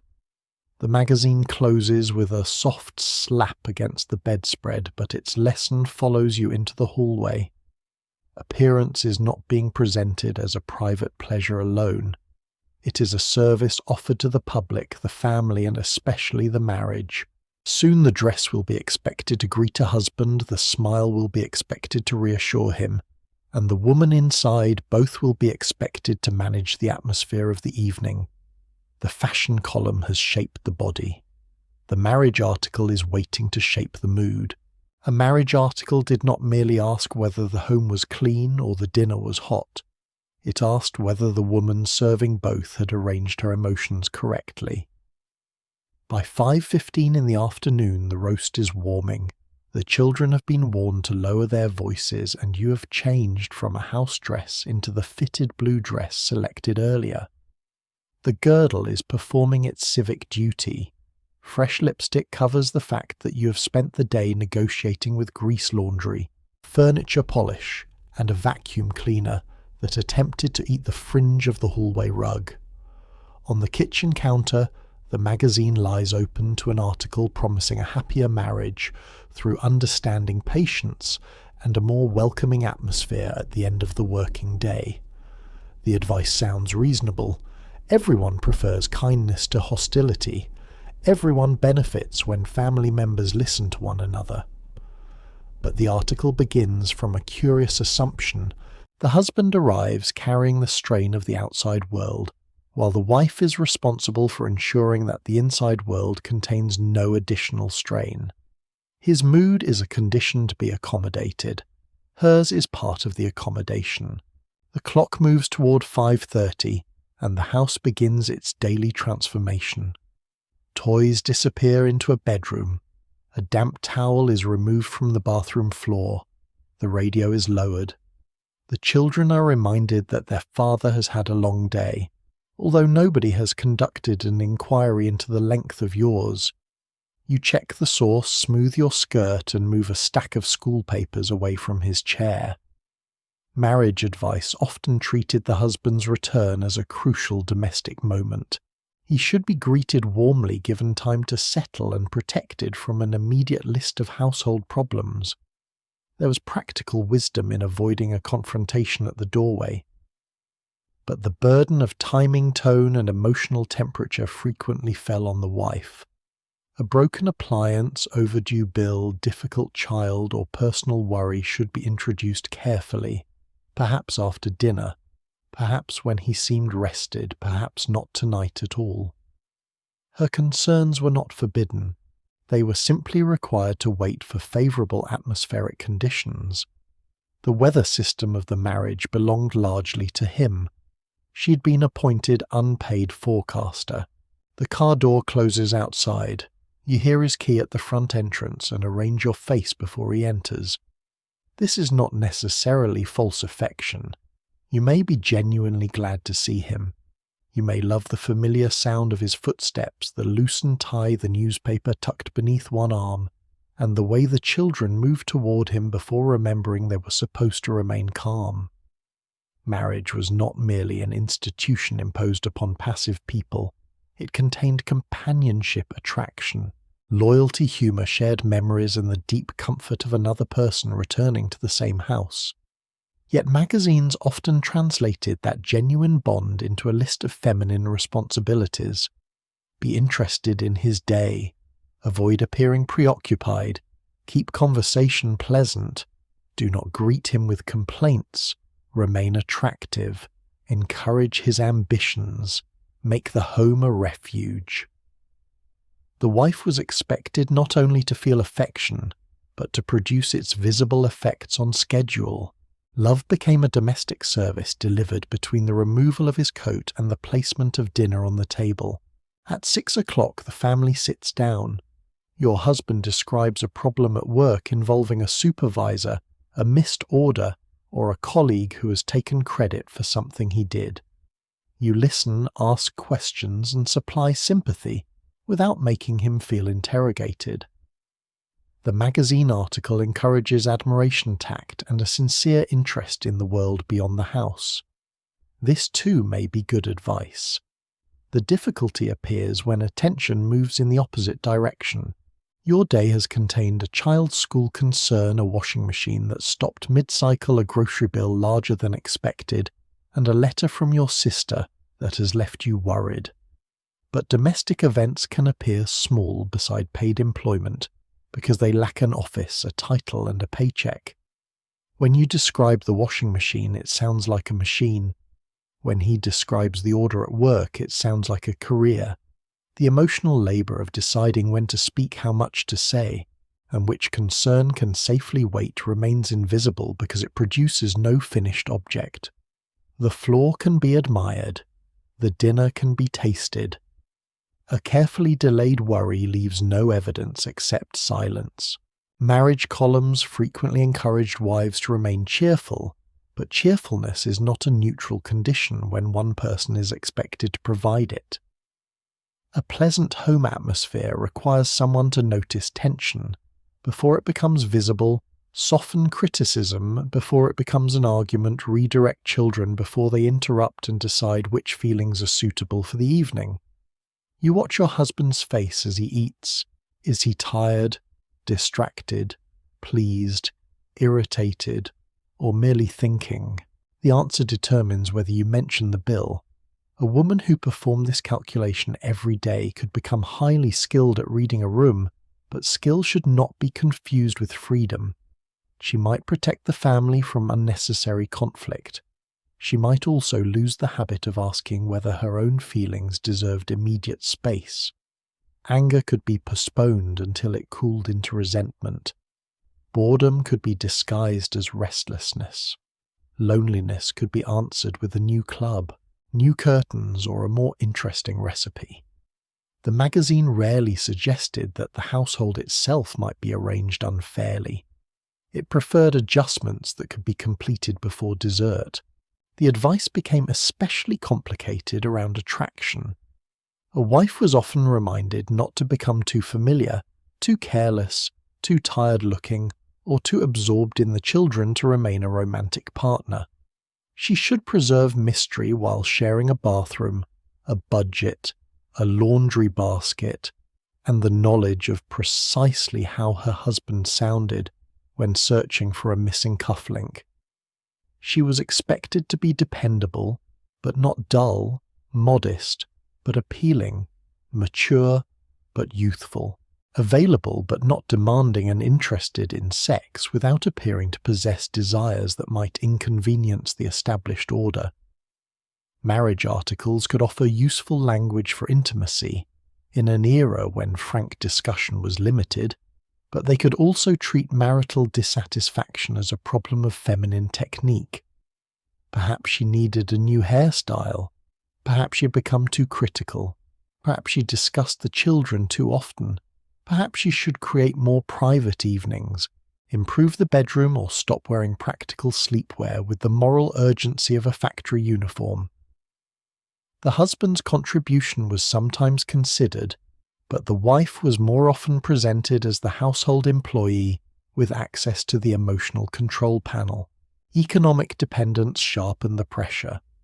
A wife who did not earn wages or whose earnings were treated as secondary might have limited freedom to challenge a marriage that was unhappy, unequal, or simply exhausting. She could manage the budget without controlling the income. She could make purchases for the family while feeling guilty about spending money on herself.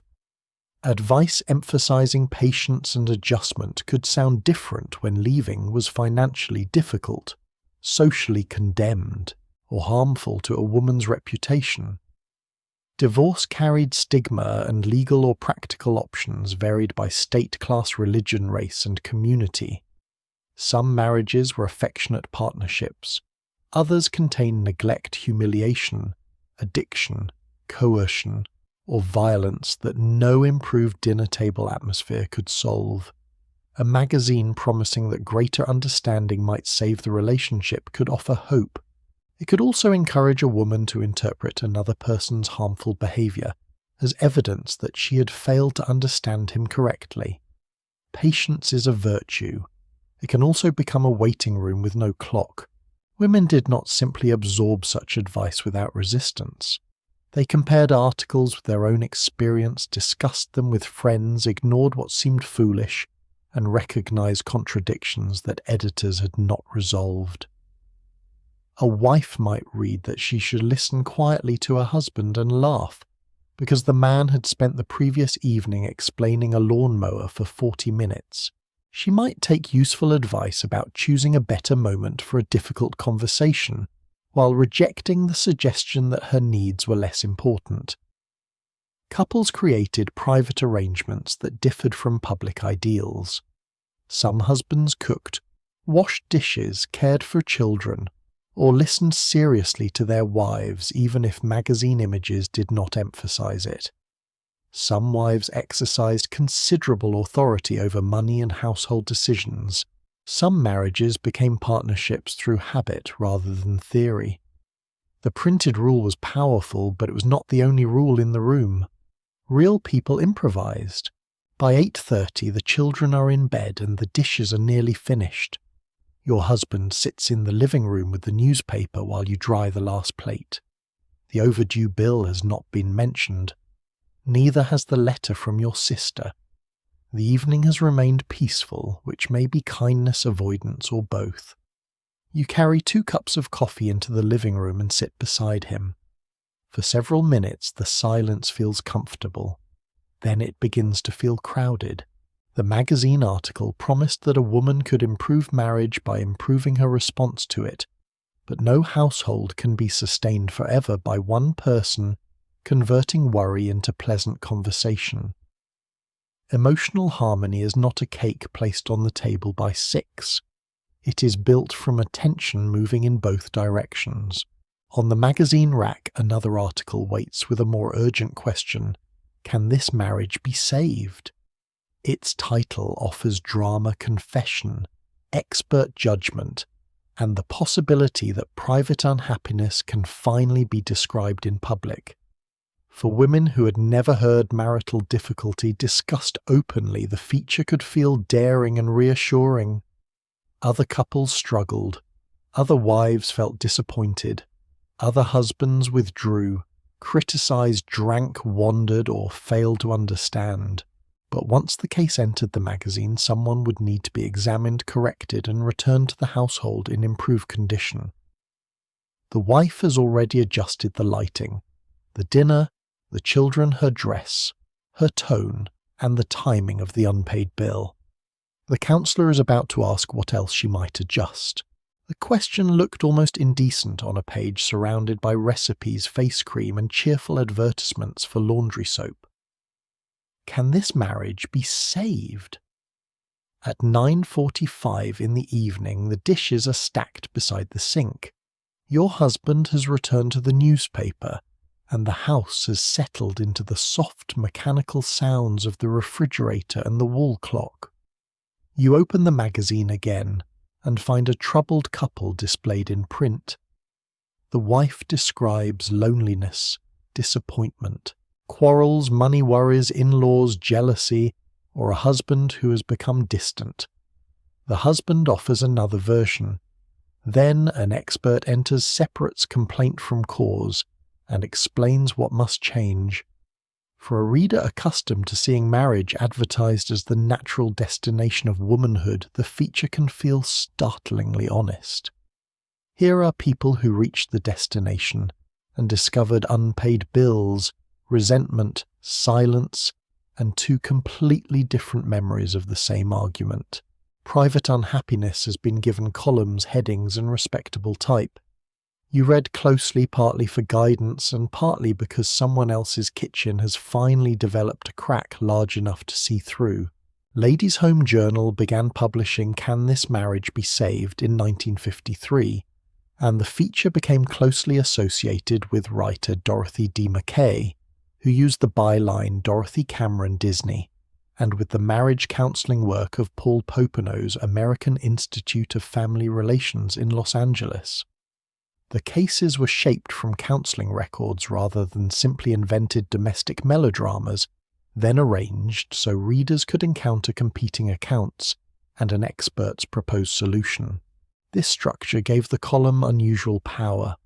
It invited the wife to speak, first allowed the husband to answer, and suggested that hidden marital trouble could be examined methodically instead of endured in total silence. For some readers, that alone may have been a relief. A woman whose neighbours insisted that marriage was naturally fulfilling could discover that confusion, disappointment, sexual difficulty, financial conflict, and emotional distance occurred in other homes. The column opened a door. The difficulty was that the doorway often led back into the same house, with the furniture slightly rearranged and the wife carrying a revised set of instructions. You lean closer to the page. The counsellor may identify real faults in the husband: selfishness, poor communication, irresponsibility, emotional withdrawal, dependence on his mother, or failure to take his wife seriously. The printed cases were not all identical, and it would be too simple to pretend that every man was excused or every woman condemned. Yet the broader goal was usually preservation, and preservation operated inside a culture that treated the husband as breadwinner and the wife as custodian of the relationship. Her position gave her a peculiar kind of responsibility. Because she was believed to be more emotionally aware, she was expected to recognize the problem first. Because the home was considered her sphere, she was expected to alter its atmosphere. Because men were often described as less expressive, she was expected to interpret their silence generously. The husband might need to change one habit. The wife might need to revise her tone timing appearance, expectations, housekeeping, sexual response, and understanding of male nature. Equality was approaching the marriage through a side entrance, and had not yet been shown where to leave its coat. The most persuasive advice did not sound cruel. It sounded calm, practical, and almost compassionate. Do not accuse when a question will do. Choose a better moment. Listen before defending yourself. Notice the other person's fear beneath the anger. These ideas can help any relationship, and many readers could use them without surrendering their dignity. But good advice was often mixed with a more dangerous assumption that the person most willing to adapt should keep adapting until the marriage became tolerable. A wife could be told to lower unrealistic expectations, even when those expectations involved companionship, respect, or help with the children.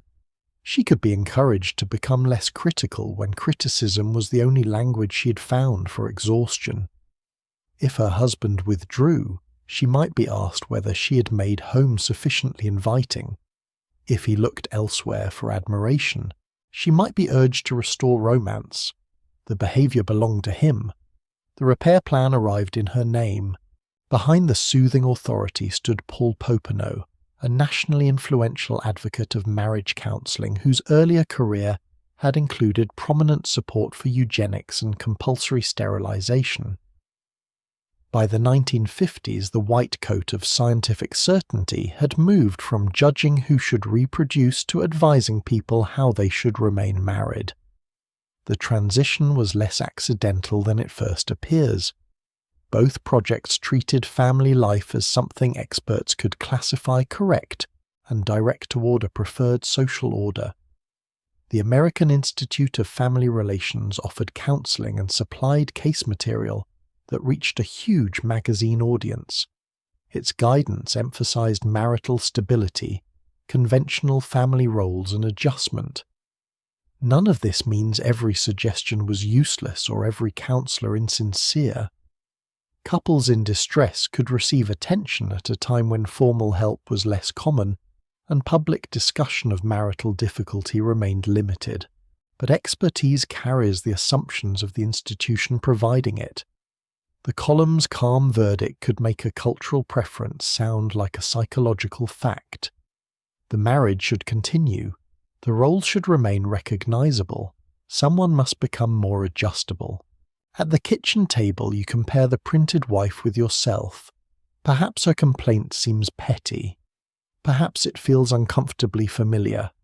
She wants conversation after the children are asleep. She wants access to money without asking. She wants her husband to notice that she has become lonely. The counselor may explain that he feels burdened by responsibility and criticized at home. That may be true. He may be frightened, exhausted, or unable to describe his own disappointment. The column's strength is that it shows two people trapped inside interpretations of one another. Its weakness appears when sympathy flows in unequal directions. His harshness may conceal insecurity. Her harshness may reveal failure to understand his insecurity. His distance may be a defense. Her distance may be withholding. He is interpreted. She is instructed. The language remains civilized, which makes the imbalance easier to miss. No one tells her directly that her feelings do not matter. They are simply converted into material for improving her technique, For women in dangerous marriages, the promise of adjustment could be especially harmful. A magazine feature could not see bruises hidden beneath sleeves, control exercise through money threats spoken after the children slept, or coercion that the era lacked a safe public vocabulary to describe. Legal protections, divorce access, financial resources, family support, and community attitudes varied enormously. Religion could make leaving feel unthinkable. Economic dependence could make it impossible. Racism and poverty could narrow options further, while law enforcement and social agencies did not protect all women equally. Advice centered on patience and mutual understanding was not designed to carry the weight of violence, yet women might still try to apply it there. The column placed marital preservation near the center of the solution. Some marriages required communication, others required safety. Those are not the same assignment, though a tidy magazine layout can make them appear to belong under one heading. Still, the reader was not powerless before the page. She could disagree with a counselor, sympathize with the wife, blame the husband, or imagine a conclusion the magazine did not provide. Women discussed the cases with sisters, friends, co-workers, and neighbors. They read them for instruction, reassurance, curiosity, and the quiet pleasure of arguing with an expert who could not hear them. The feature unintentionally revealed how much dissatisfaction existed beneath the ideal it was often trying to preserve. Month after month, couples arrived in print carrying loneliness, sexual conflict, money trouble, resentment, incompatible ambitions, and the strain of unequal labor. The official answer might be yes, the marriage can be saved. The unofficial information was more unsettling. Apparently a remarkable number of marriages needed saving. Near 11 you close the magazine and listen to the house. Your husband turns a newspaper page in the living room. A child coughs upstairs. The sink faucet releases one slow drop. The column has given you language for a few thoughts and taken language away from others. It has admitted that marriage can hurt while suggesting that a skilled wife can absorb much of the pain and convert it into improvement. Tomorrow morning the same magazine will turn its attention toward the nursery, where the children's appetites, fears, manners, toilet habits, school performance, and emotional development will become another measure of the woman managing the home. The wife has been asked to save the marriage. The mother is about to be asked to explain the child. A child did not simply misbehave. By the time the nursery page finished examining him, he had become a report on the woman raising him.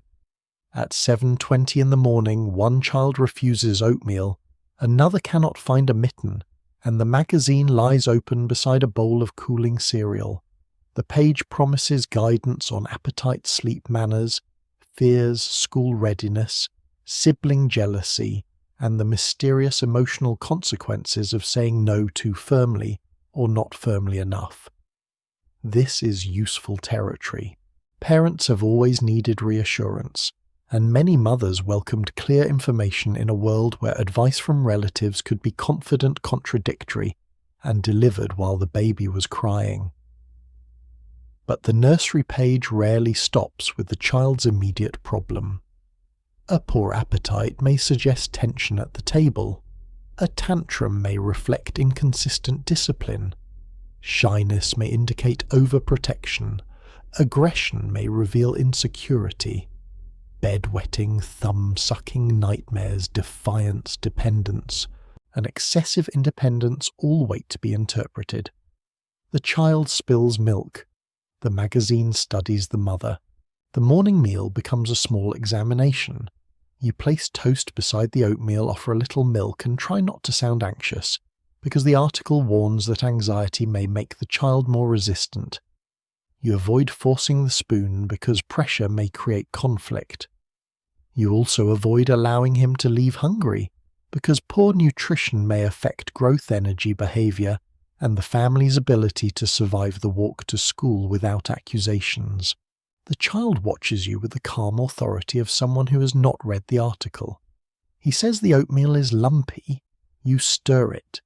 He says it is too hot. You cool it. He says he is no longer hungry. The advice recommends patience, regularity, cheerful presentation, and perhaps a more appealing arrangement. You add raisins. He removes them individually and places them beside the bowl, like evidence collected at a crime scene. Feeding a child has become a test of nutrition, psychology, creativity, and emotional restraint conducted before you have finished your own coffee. The oatmeal remains oatmeal. Your response has acquired theoretical consequences. Post-war parents encountered a growing culture of expert guidance. Doctors, psychologists, educators, child development specialists, newspaper columnists, radio speakers, books and magazines all offered advice about how children should eat, sleep, learn, play, and become secure adults. Benjamin Spock's widely read childcare book encouraged many parents to trust themselves more than earlier rigid systems had allowed, and his tone could feel reassuring rather than punitive.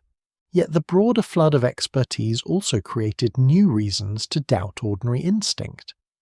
A mother was no longer simply deciding whether a crying child needed comfort. She was shaping independence. She was not merely setting bedtime. She was influencing emotional security. Toilet training became a possible struggle over control. A child's questions about body's death or where babies came from required answers calibrated to age and temperament. Too much attention could smother. Too little could wound. The modern mother was told to relax while being informed that nearly every casual response might echo through adulthood. Nothing encourages relaxation quite like learning that breakfast may be forming the future personality. At 9 o'clock you walk the children towards school. One coat is buttoned unevenly, a sock has slipped, and the younger child has remembered an assignment only after the front door closed. Other mothers stand near the entrance, and the children become public evidence. Clean collars, brushed hair, packed lunches, polite greetings, and completed homework suggest order at home. A child who pushes, cries, swears, arrives late, or forgets a permission slip can attract a different interpretation. Teachers may speak to the mother about concentration manners, reading progress, or friendships. The father may receive the report later, but the mother is often the person expected to translate it into action. She schedules the appointment, supervises the homework, writes the note, washes the uniform, and tries to discover why the child has begun refusing school. The school sees one problem. She sees the chain surrounding it, the late bedtime, the older siblings teasing the lost workbook, the shoes that have become too tight, and the morning argument that began because the refrigerator contained no preferred jam. Educational performance appears on a report card. The domestic labour supporting it does not. The nursery page treats discipline with particular care because almost any method can be presented as dangerous when taken too far. Harsh punishment may create fear or resentment. Excessive leniency may create selfishness or insecurity. A mother should be firm but loving, consistent but flexible, calm, but authoritative, attentive but not over-involved. She should set limits without humiliating the child, and allow freedom without losing control. These are sensible ambitions. They are also difficult to perform while one child draws on the wall and another insists the first child began it. You kneel beside the crayon marks, ask what happened.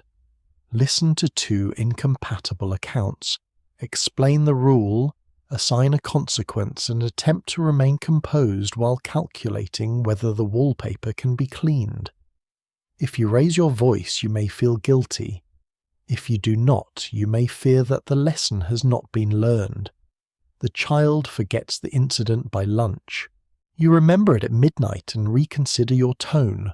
Magazines could deepen this uncertainty by presenting childhood as a delicate project requiring constant observation. Is the child playing normally? Does he have enough friends?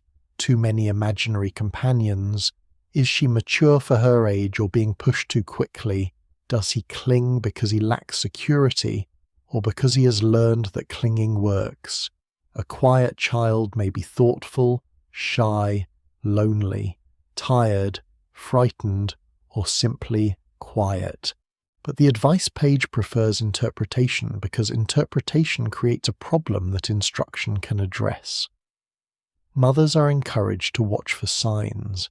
The child becomes a collection of signs, and the home becomes a laboratory in which every argument, appetite drawing, and bedtime delay may reveal something beneath the surface. The mother's attention grows sharper. So does her guilt. She notices what she might once have dismissed, and wonders whether dismissal itself would have been healthier. Much of this responsibility rested on the assumption that the mother shaped the emotional life of the household more directly than anyone else. Fathers mattered, but magazine advice often treated them as figures whose participation should be encouraged rather than as equal managers of the child's daily development. The mother remembered vaccination appointments, shoe sizes, food preferences, teacher names, library days, birthday invitations, and which child had begun waking after bad dreams. She was expected to know when a fear was temporary, when a lie required correction, when jealousy needed reassurance, and when a child should be allowed to solve a problem alone. If the child succeeded, his character might be praised. If he struggled, the search often moved backward toward her methods. Had she protected him too much? Expected too much? Favored the younger child? Worked outside the home? Stayed home so completely that he had become dependent? The theories could disagree while preserving the same conclusion: the mother was central enough to be blamed from several directions. Working mothers encountered an especially sharp contradiction. Paid employment might be necessary for rent, food, medical bills, or the household's chance to move forward, yet time away from children could be treated as an emotional risk. A woman might leave a factory office, hospital, store, or private home and begin a second shift of meals, laundry, homework, baths, and bedtime. She could be criticized for not being present enough while relying on work that kept the family secure. Black women and working-class women had long combined wage labor with motherhood in ways the white suburban ideal often ignored. Grandmothers, older siblings, neighbors, relatives, and paid caregivers helped create networks of care, though magazines centered the isolated mother-child relationship more comfortably than complicated systems of survival. A domestic worker could spend the day caring for another woman's children, then hurry home, worried that her own had gone without her. The magazine offered advice as though time were equally distributed. It was not. Mothers also found real help in these pages. An article could reassure a woman that a child's fear was common, that toilet training need not become a battle, or that a difficult phase might pass without proving anyone had failed. Advice about illness, nutrition, reading, play, and safety could be practical. Letters from other mothers could break isolation.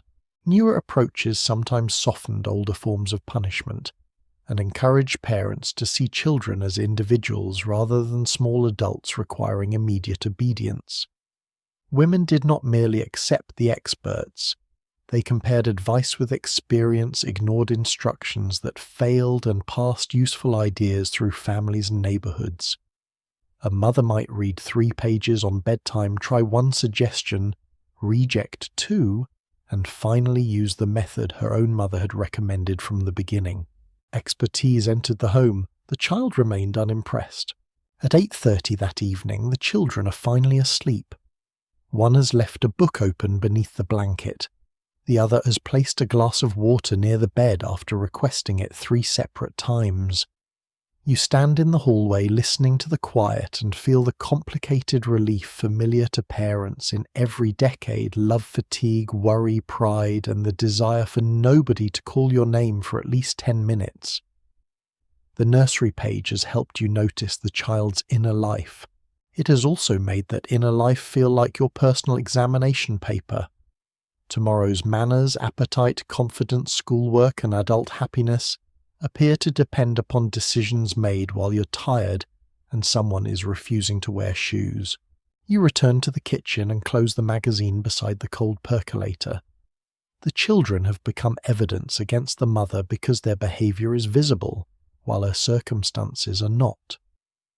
Nobody sees the hours of repetition behind a polite greeting, the patience behind a completed meal, or the private worry behind allowing a child to solve something alone.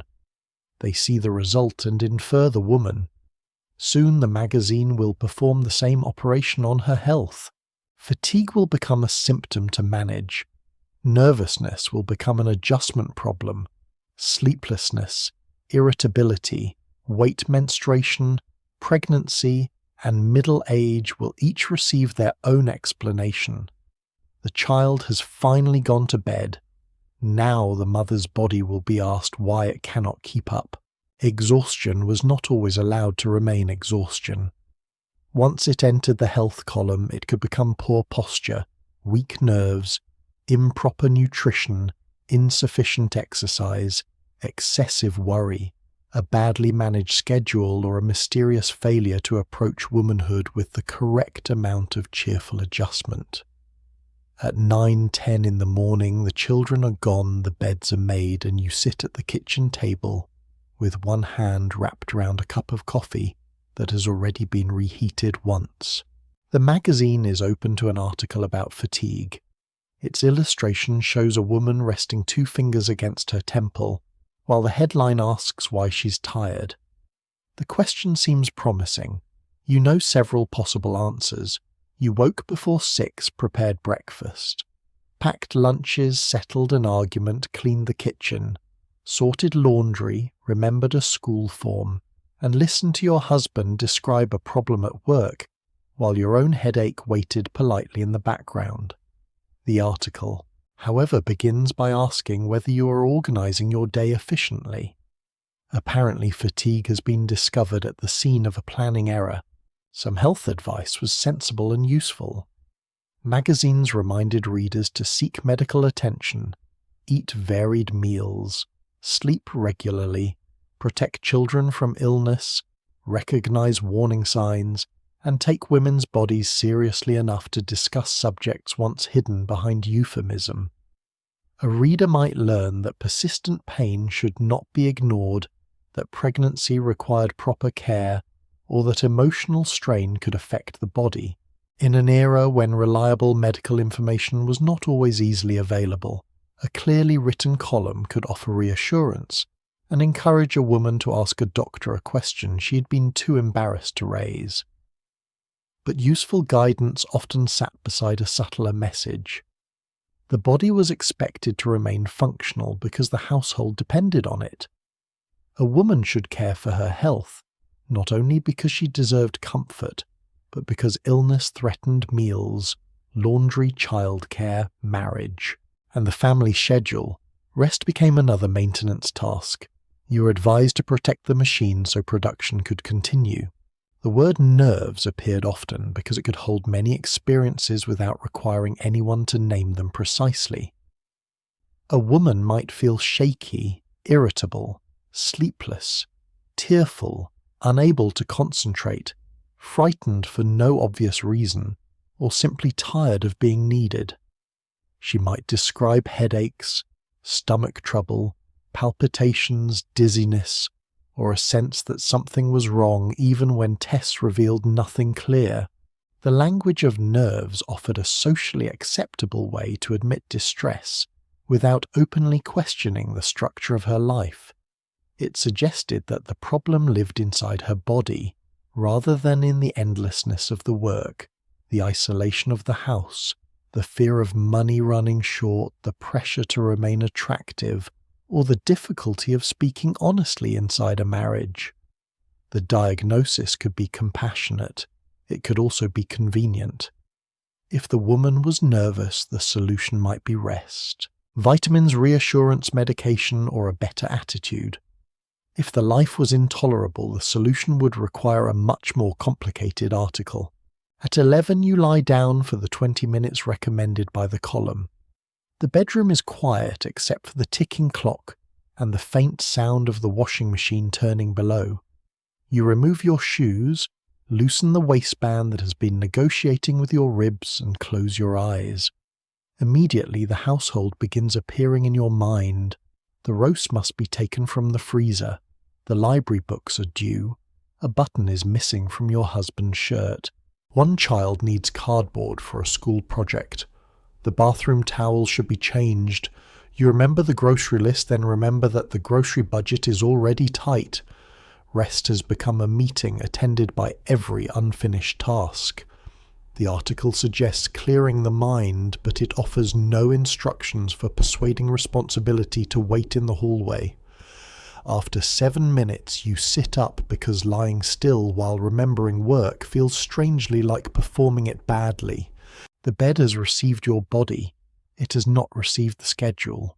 When women brought such complaints to doctors, the response depended on the physician, the patient, the symptoms and the medical assumptions of the time. Some doctors listened carefully, identified physical illness, recommended meaningful treatment, or recognized genuine psychological distress.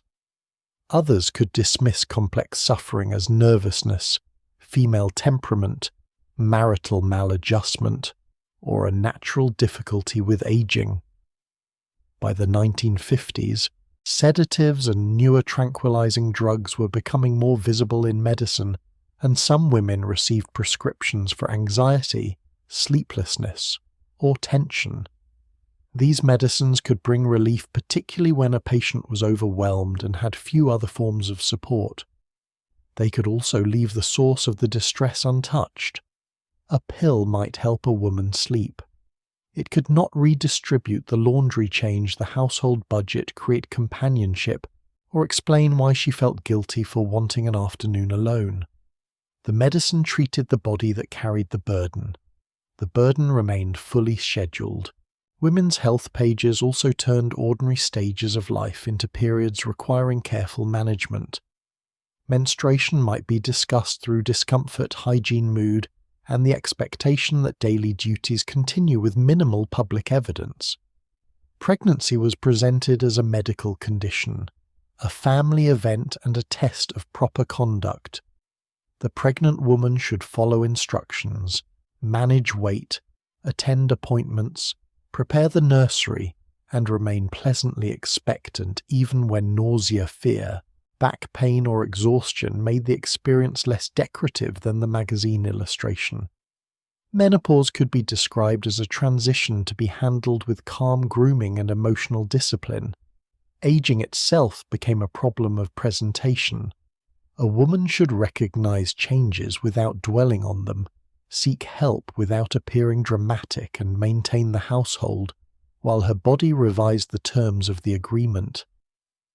The message was not always that discomfort was imaginary. It was that discomfort should be managed discreetly enough to avoid disturbing the people whose routines depended on her. The beauty and health departments often overlapped until it became difficult to know whether a woman was being treated or corrected. Weight was one example.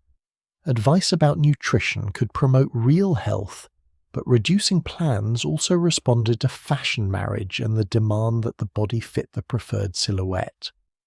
A woman might be encouraged to count portions, avoid certain foods, exercise beside the bed, improve posture, and maintain a pleasing figure for her husband. If she ate too much, she lacked discipline. If she ate too little and became tired, she was managing herself unwisely. If she gained weight after childbirth, the magazine offered a plan. If she lost weight from anxiety, it might offer another. The body had become a household surface requiring constant adjustment. Unlike the kitchen floor, it could not be polished once and left alone until afternoon.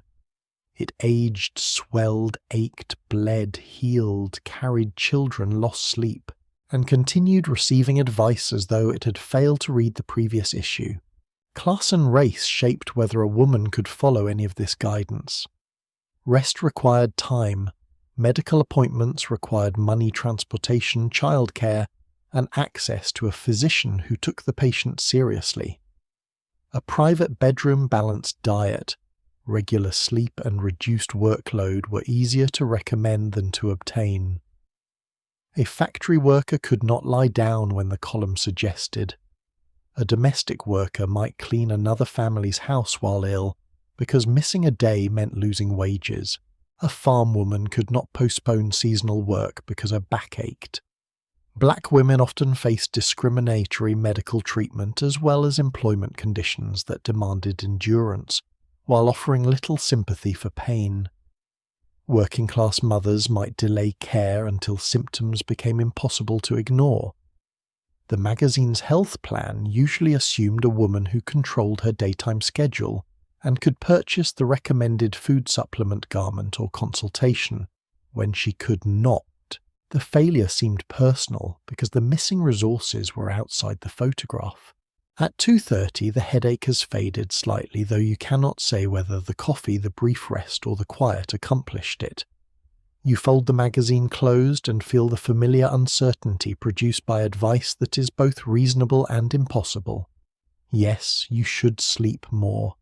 Yes, you should eat properly, exercise, relax, seek medical care, avoid excessive worry and stop carrying tension in your shoulders. The body agrees with every recommendation. The household has filed objections. There is comfort in learning that fatigue is common and that distress deserves attention. There is cruelty in suggesting that the exhausted woman has simply failed to manage herself with sufficient wisdom. The health column made ordinary exhaustion difficult to name because naming it accurately might have required a larger confession. The woman was tired because the work repeated without a clear end. She was anxious because money, marriage, children, appearance, and reputation all demanded attention. She was lonely because much of the day passed without another adult who considered her work important. She was irritable because gratitude was offered less reliably than instruction.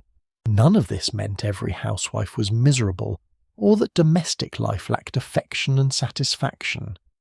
It meant the body sometimes expressed what the approved language could not.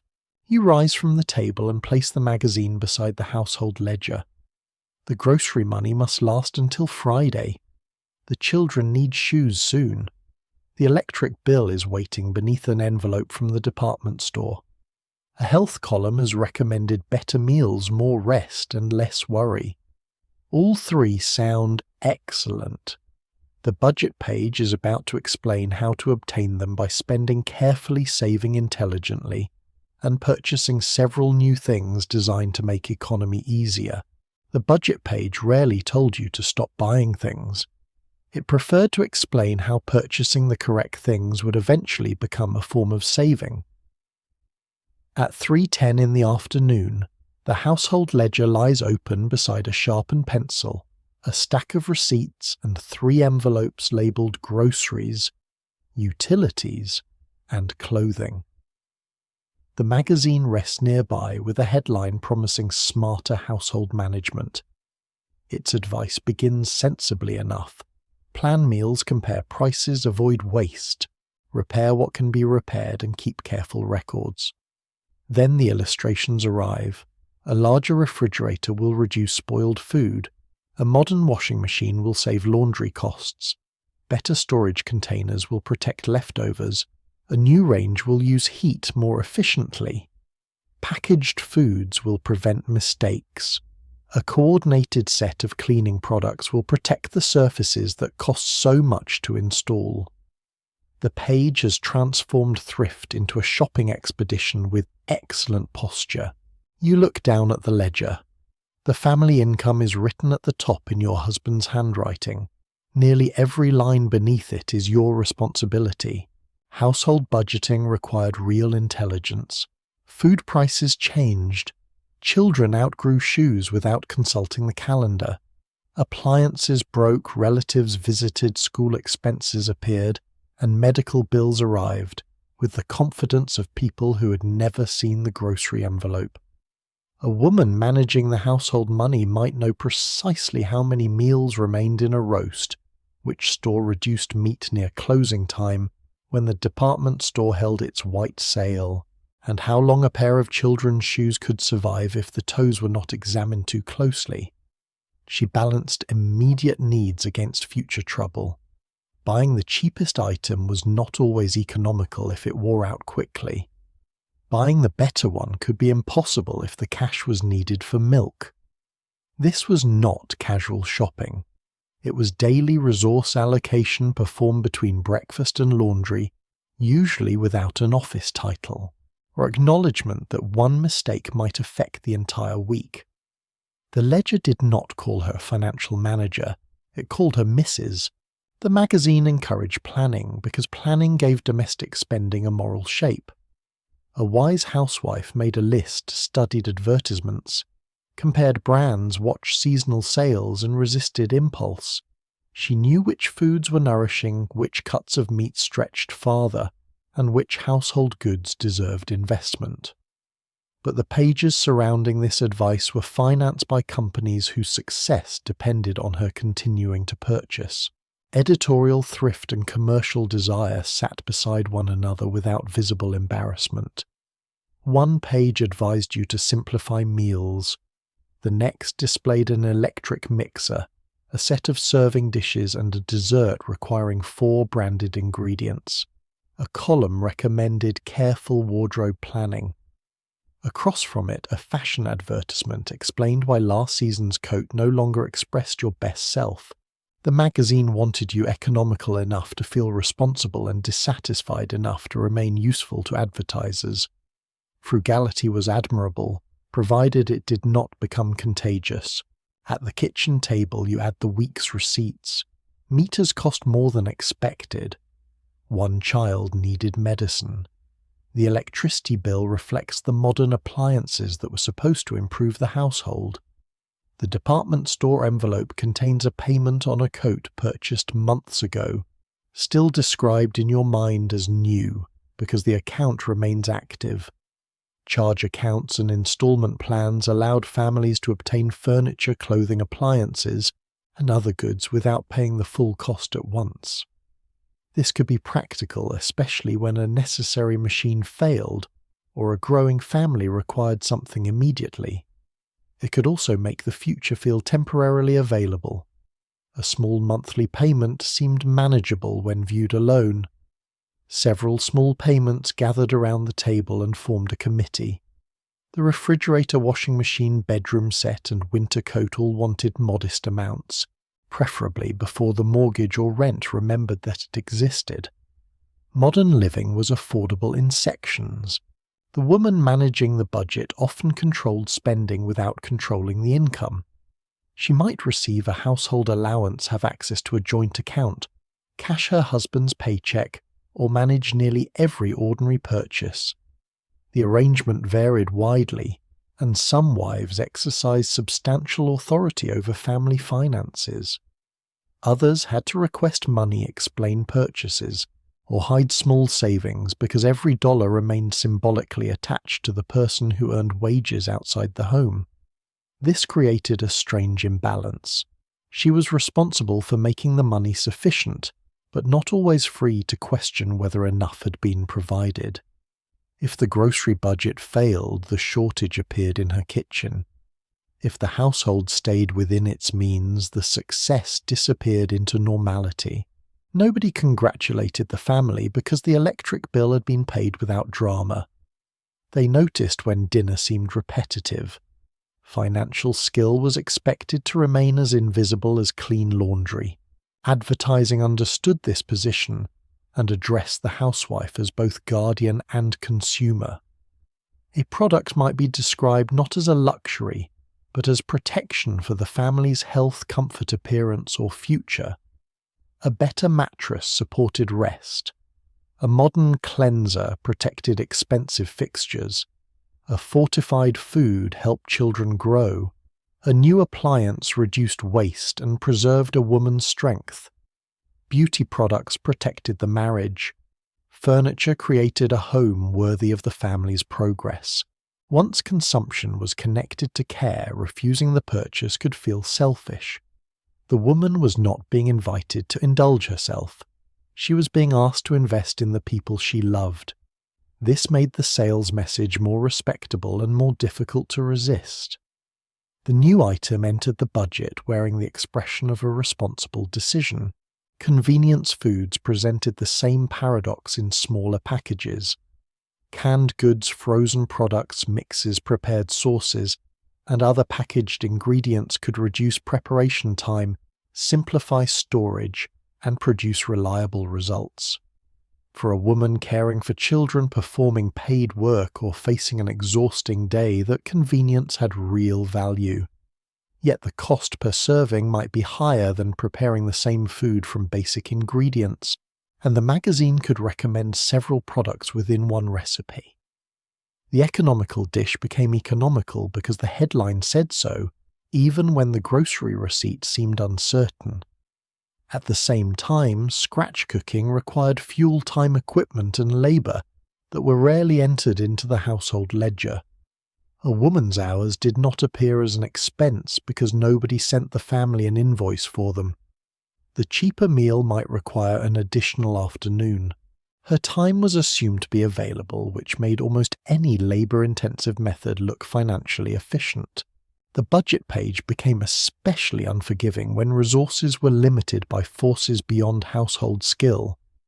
Working-class families, rural households, renters and families facing racial discrimination could not budget their way around low wages, restricted housing, unequal credit, limited stores, or unstable employment.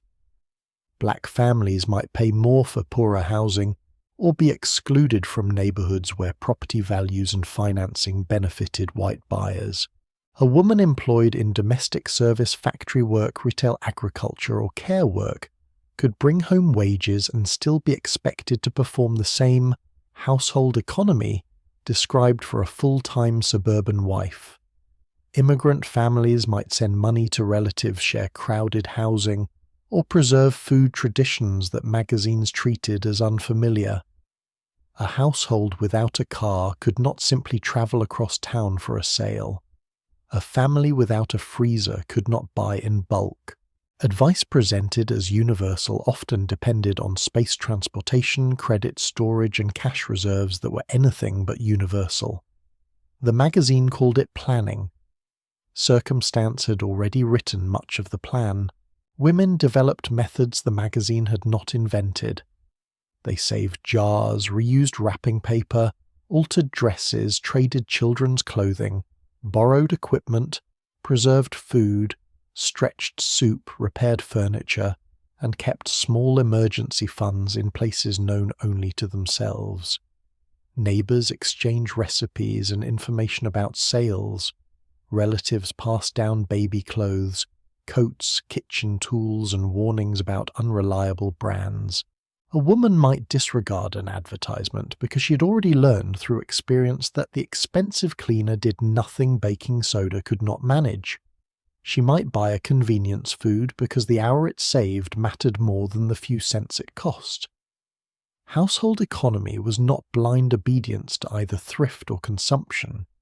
It was a series of judgments made under pressure with love, fatigue, pride, and necessity, all reaching for the same purse. By 4:30 the numbers have been added twice. The grocery envelope will last if Thursday's dinner uses what is already in the refrigerator and nobody develops a sudden need for new shoes.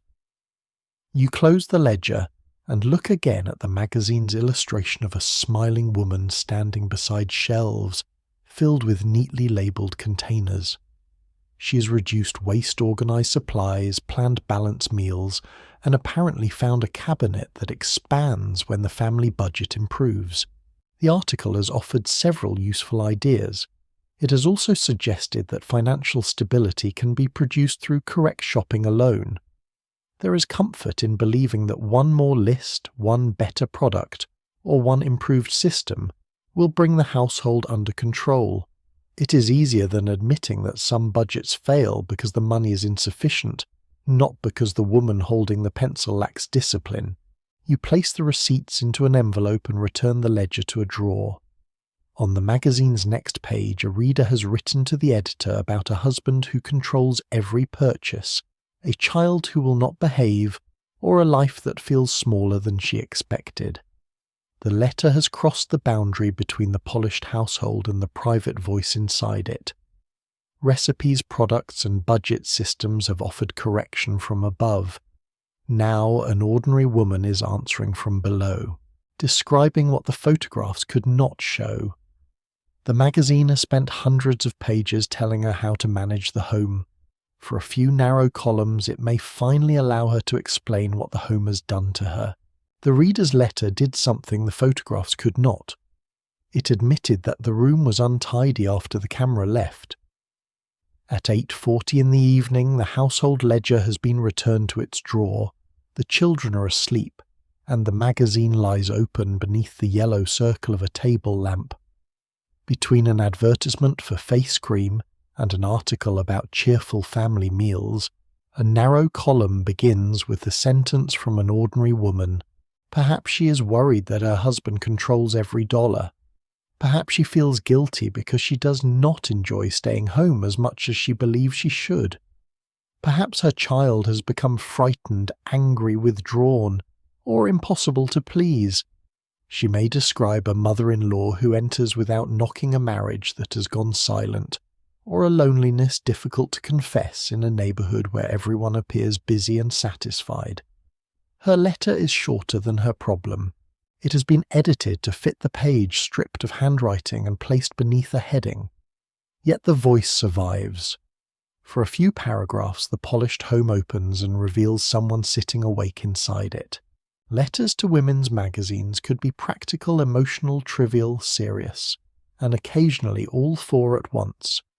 Readers asked how to remove stains, stretch food, alter dresses, discipline children, entertain guests, manage relatives, choose cosmetics, and interpret husbands.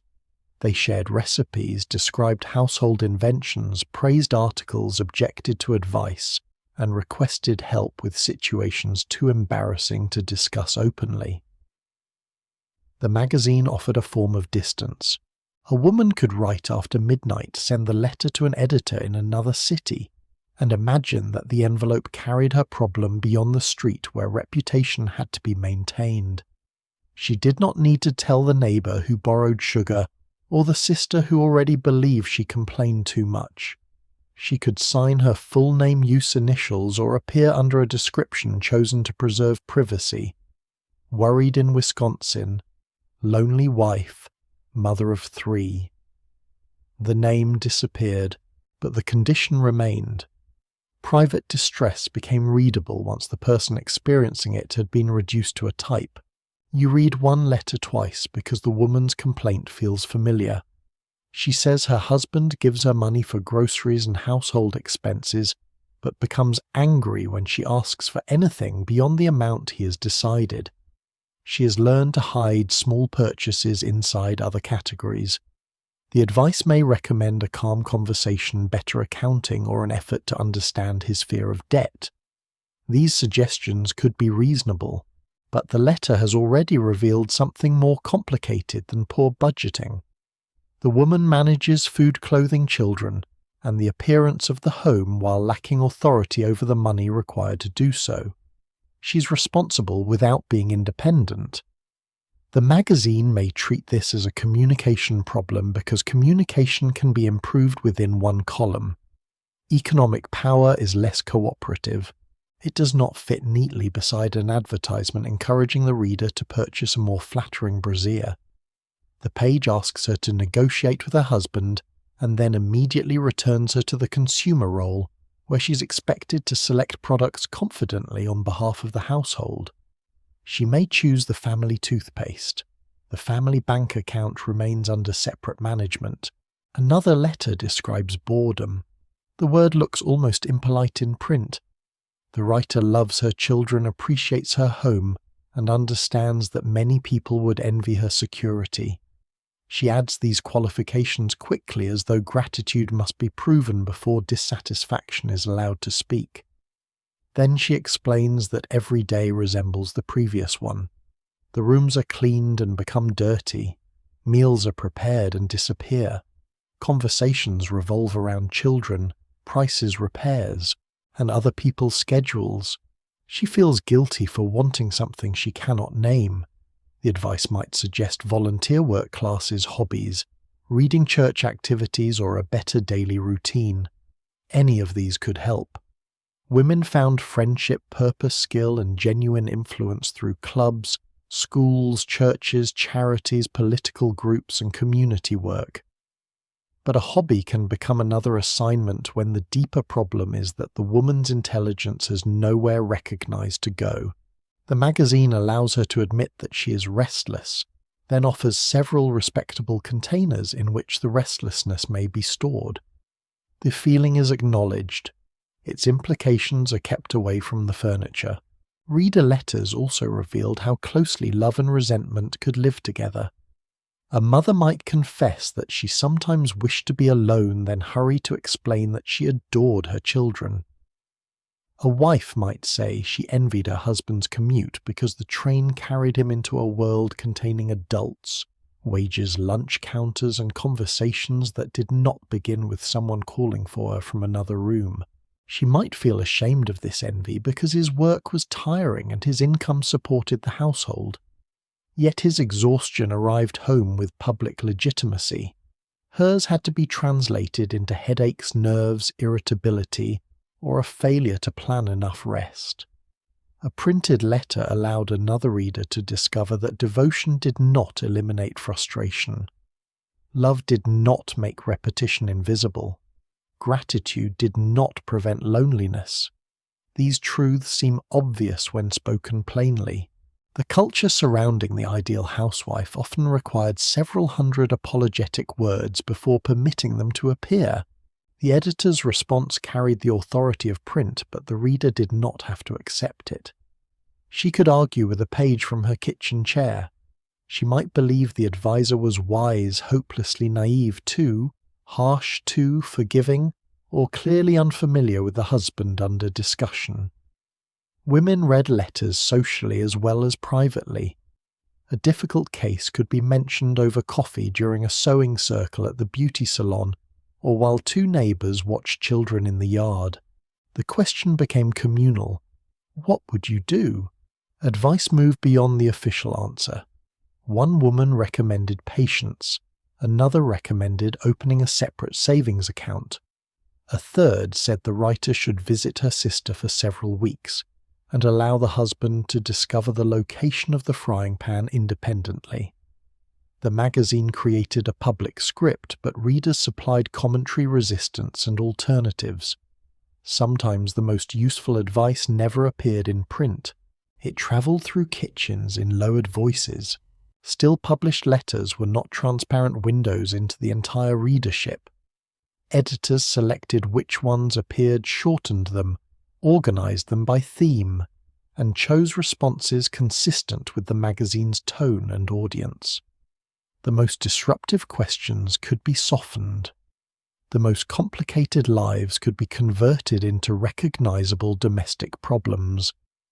A letter involving poverty might become a lesson in budgeting. A complaint about unequal labour might become a reminder to ask for help more pleasantly. A woman questioning marriage itself might be guided toward improving the marriage. Selection did not make the letters meaningless, but it shaped what kinds of unhappiness could become respectable enough to print. The magazine wanted honesty with boundaries. Confession could draw readers closer, but it should not tear the entire domestic picture from the wall. Some letters challenged those boundaries. Readers objected when an article seemed insulting, impractical, or disconnected from real life. They pointed out that not every household had a maid, a second bathroom, a large freezer, or money for the recommended wardrobe. Working women wrote from offices, hospitals, stores, factories, and classrooms, where the full-time suburban schedule had little resemblance to their own. Single women, widows, divorced women, and women supporting relatives encountered advice built around a husband whose paycheck and evening return organised the day. Black readers and other women excluded from the magazine's dominant white imagery could recognise that the word woman was being used more narrowly than the country itself. A reader's objection might be printed as evidence of lively debate. It might also be ignored. The letter column suggested conversation, but the editor still controlled the microphone. At 10:15, the house is silent enough that the refrigerator sounds unusually loud. You continue reading because the letters offer something the feature articles cannot. A decorating spread shows the correct room. A recipe shows the correct meal.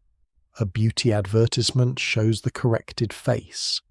The letters show uncertainty before correction has succeeded. They reveal women who have followed the rules and remain unhappy, women who cannot afford the rules, women whose husbands refuse to participate, women whose children do not respond to the recommended method, and women who suspect that the problem is not simply their technique. The page becomes a small archive of friction between the ideal and the lives expected to reproduce it. Yet even this honesty can become another standard. A woman reading about a more serious problem may decide she has no right to complain. Her husband is not cruel. Her children are healthy. The bills are paid. She's merely tired, restless, or disappointed without a sufficiently dramatic cause. Another letter may make her grateful, and gratitude may silence her for the evening. Comparison works in both directions. The photographs make her life look inadequate. The confessions make her unhappiness look inadequate. Somewhere between perfection and catastrophe lies the ordinary dissatisfaction that has no headline. You fold the magazine closed but leave one finger between the pages. The women who wrote these letters were not simply failures asking experts to repair them. They were observers of their own lives. They noticed contradictions, named private costs, and placed experiences into words before the culture had agreed on what those words should mean. Their letters carried shame, humour, intelligence, anger, and the cautious hope that someone else might understand. For another reader, recognition could be more valuable than the official answer. She might read 3 paragraphs from a stranger and feel the walls of her own house move slightly outward. Tomorrow morning, however, the household will not be occupied only by the full-time suburban wife imagined throughout so many pages. Across town, women will board buses, punch time clocks, type letters, sell dresses, prepare hospital rooms, clean offices, serve food, teach children, and then return home to the same expectations waiting in the magazine. Their lives do not fit easily inside a schedule built around an empty house between 9 and 5. The reader's letter has exposed a crack in the ideal. The working wife is about to walk through it, carrying a handbag, a grocery list, and a second shift no table of contents has fully accounted for. The working wife did not escape the housewife ideal by leaving the house. She merely encountered it again after 5:30. At 6:20 in the morning, the alarm rings in a small bedroom while the street outside remains blue with early light. You rise before your husband, pull on stockings, fasten a skirt, pin your hair, and enter the kitchen to prepare coffee, toast, and lunches before dressing fully for work. The magazine on the table assumes that a competent woman has several daylight hours available for polishing furniture, planning menus, caring for children, and changing into a fresh dress before her husband arrives.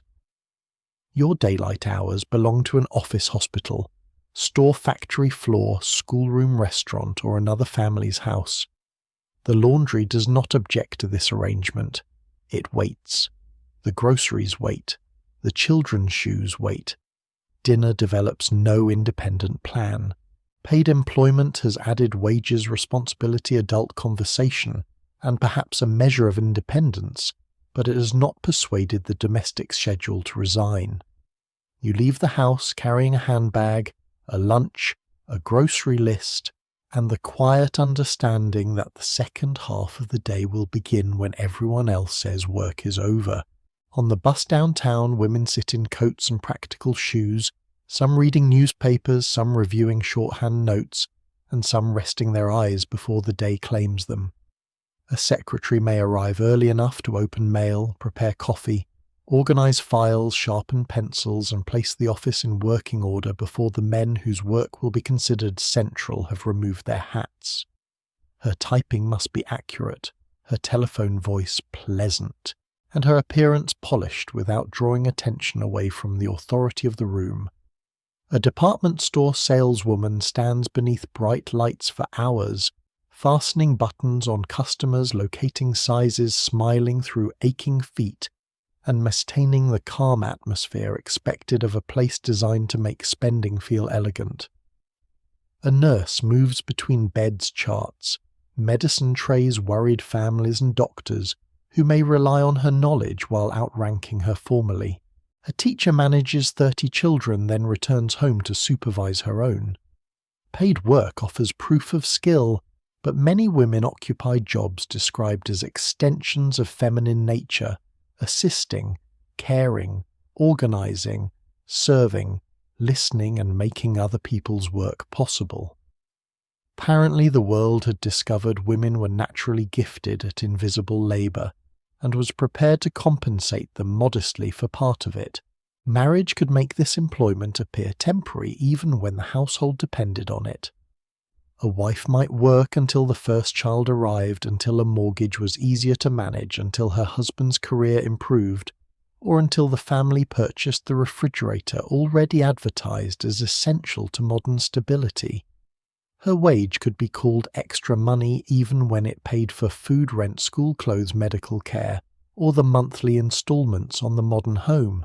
The word extra performed useful emotional work. It preserved the husband's identity as provider, while allowing the family to spend income that had become necessary. Her job was treated as optional enough to receive less respect, and essential enough that she could not casually leave it. At the office, she might be asked whether she planned to marry or have children, because an employer considering her future was also calculating when the company would lose its investment. At home, relatives might wonder why her husband could not support her. She could be judged for working and blamed if the budget failed without her wages. This required a graceful balance. Fortunately, magazines had several articles about posture. At 5:15 the return journey begins. You stand in a crowded bus with a paper sack of groceries resting against one leg, mentally assembling dinner from ground meat, canned tomatoes, onions, and whatever remains in the refrigerator. The magazine's afternoon schedule includes a quiet pause, perhaps a beauty treatment, and enough time to arrange the living room before the husband's arrival. Your beauty treatment consists of checking your lipstick in the bus window while the vehicle turns a corner. When you reach home, the rooms contain evidence that nobody has spent the day maintaining them. Breakfast dishes remain in the rack. A child has dropped a sweater near the stairs. The bed was made quickly rather than beautifully. The family needs food before the adults become too tired to remain polite. You change shoes, tie on an apron, and begin chopping onions while still wearing the blouse from work. The office has not left your shoulders. The kitchen does not inquire. Paid employment may have expanded a woman's life, but domestic labour often expanded to meet it, creating a day divided not between work and rest, but between one kind of work and another kind with no wages. Single women lived even farther outside the magazine's preferred layout. A young unmarried woman might work as a clerk, teacher, nurse, stenographer, librarian, telephone operator, factory worker, or sales assistant while living with parents, female relatives, roommates, or in a rented room. Her income could provide independence, but marriage remained the expected conclusion toward which work appeared to be leading. Advice might explain how to dress attractively at the office, how to remain feminine while competent, how to meet suitable men, and how to avoid seeming so committed to a career that a prospective husband became alarmed. The single woman was expected to support herself without appearing self-sufficient enough to threaten the future arrangement. If she enjoyed her work, she risked seeming unfeminine. If she disliked it, marriage was presented as rescue. If she remained unmarried beyond the age considered comfortable by relatives, every holiday gathering could become an informal personnel review. She might have friends, travel, interest, privacy, and a life she valued. The magazine still tended to treat the wedding as the point at which the real story began. Widows and divorced women complicated the picture further. A widow might be admired for courage while confronting the practical shock of income loss, childcare, legal matters, and work experience interrupted by years at home. A divorced woman could face suspicion, reduced finances, and the assumption that her marriage's failure required explanation. She might need employment immediately while also maintaining a respectable home for children and protecting them from gossip. The cheerful household pages rarely showed the woman calculating rent alone after the children slept. Advice designed for wives with husbands could become almost surreal in such a room. There was no breadwinner returning at 6, yet dinner still needed cooking.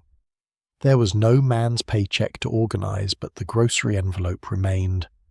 The furniture laundry school form's illness and loneliness continued without regard for marital status. Domestic work had been presented as the wife's half of a partnership. When the partner disappeared, her half somehow remained whole. Race and class made paid work even less optional. Black women had long participated in the labour force at rates shaped not by fashionable arguments about fulfilment, but by economic necessity and racial inequality. Many worked in domestic service agriculture, laundries, factories, hospitals, schools, restaurants, and clerical positions where discrimination limited advancement and pay. A black woman cleaning a white family's home might polish their living room, prepare their meals, and care for their children before returning to perform the same labour for her own family. The mainstream magazine ideal of the full-time white suburban housewife depended partly on labour it seldom placed at the centre of the page. Working-class white women, immigrant women, Mexican-American women, Asian-American women and others also combined paid employment with household responsibilities under different regional and community conditions. Their lives were not exceptions waiting to become middle class. They were part of the country's ordinary functioning, yet the dominant image presented one particular arrangement as normal and made everyone else appear to be living in a temporary deviation from it. Women developed practical systems to survive the double day. Meals were cooked in larger quantities. Children helped with chores, sometimes willingly and often under protest. Grandmothers, aunts, neighbours, older daughters, and paid caregivers formed networks. The isolated suburban ideal did not acknowledge. Shopping happened after work or on Saturdays. Ironing moved into the evening beside the radio or television. Hair was set overnight because no other hour could be found. Office clothes were protected, carefully repaired repeatedly, and selected to perform respectability through a long day. Friendships grew in break rooms, on buses, at lunch counters, and across adjoining desks. For some women, work offered relief from domestic isolation, a place where their competence received visible results and adult recognition. A completed report stayed completed longer than a clean kitchen. A patient improved, a student learned, a customer thanked her, a paycheck placed a number beside her effort, however inadequate. The job could be exhausting and liberating at the same time. History is inconsiderate that way. It often refuses to choose one emotion. The magazine sometimes acknowledged working readers with quick meals, practical wardrobes, office etiquette, time-saving routines, and stories about women balancing romance with careers. But the balance usually leaned toward eventual domestic resolution. The working woman was expected to remain capable at her job without allowing employment to damage her appearance, marriage prospects, children, or housekeeping. Her paid work should not make her too tired for affection. Her intelligence should not become argumentative. Her wages should help the family without unsettling the husband. If she succeeded professionally, she must reassure everyone that success had not changed the natural priorities of her heart. A man could return from work exhausted because work had proved his effort. A woman returned from work and was expected to prove that work had not interfered with anything else. At 9:30, dinner has been cleared, the children's clothes are prepared for morning, and you sit briefly with your shoes off beneath the kitchen table. Tomorrow's lunch bread is running low. A blouse needs ironing. The office expects you by 8:30. The magazine lies nearby, showing a rested woman in a clean house, holding a tray as though the day has unfolded in one continuous domestic rhythm. Your life barely fits the layout because the layout has left no room for the bus, the supervisor, the time clock, the sore feet, the paycheck, the childcare arrangement, or the second shift beginning at the front door. You're not a failed version of the magazine woman. She is an incomplete version of you. Across the country, millions of other women live beyond the edges of the same polished page. Some cannot afford the home being advertised. Some are barred from its neighborhood. Some clean it for wages. Some live in farmhouses, crowded apartments, rented rooms, segregated communities, or multi-generational households where domestic life follows different rules. The magazine has treated the white middle-class suburban housewife as though she represents womanhood itself. The next page will have to widen the frame. Once it does, the ideal will reveal not only whom it judged, but whom it depended upon leaving out. The ideal housewife was not merely polished. She was usually white middle-class suburban, and surrounded by forms of security that the magazine treated as background scenery rather than historical privilege. At 7 in the morning, the photograph shows her in a detached house with a modern kitchen, a husband earning wages, children dressed for school, and enough space for every household problem to receive its own cabinet. Outside that frame, another woman is already travelling across town to clean such a kitchen for pay. She may prepare breakfast in one home wash another family's linens, care for another woman's children, and return in the evening to begin unpaid work in her own. Her house may be smaller, rented, crowded, rural, or located in a neighborhood shaped by segregation and unequal access to mortgages, insurance, schools, transportation, and public services. The magazine speaks of the American woman as though one floor plan can contain the country. It cannot.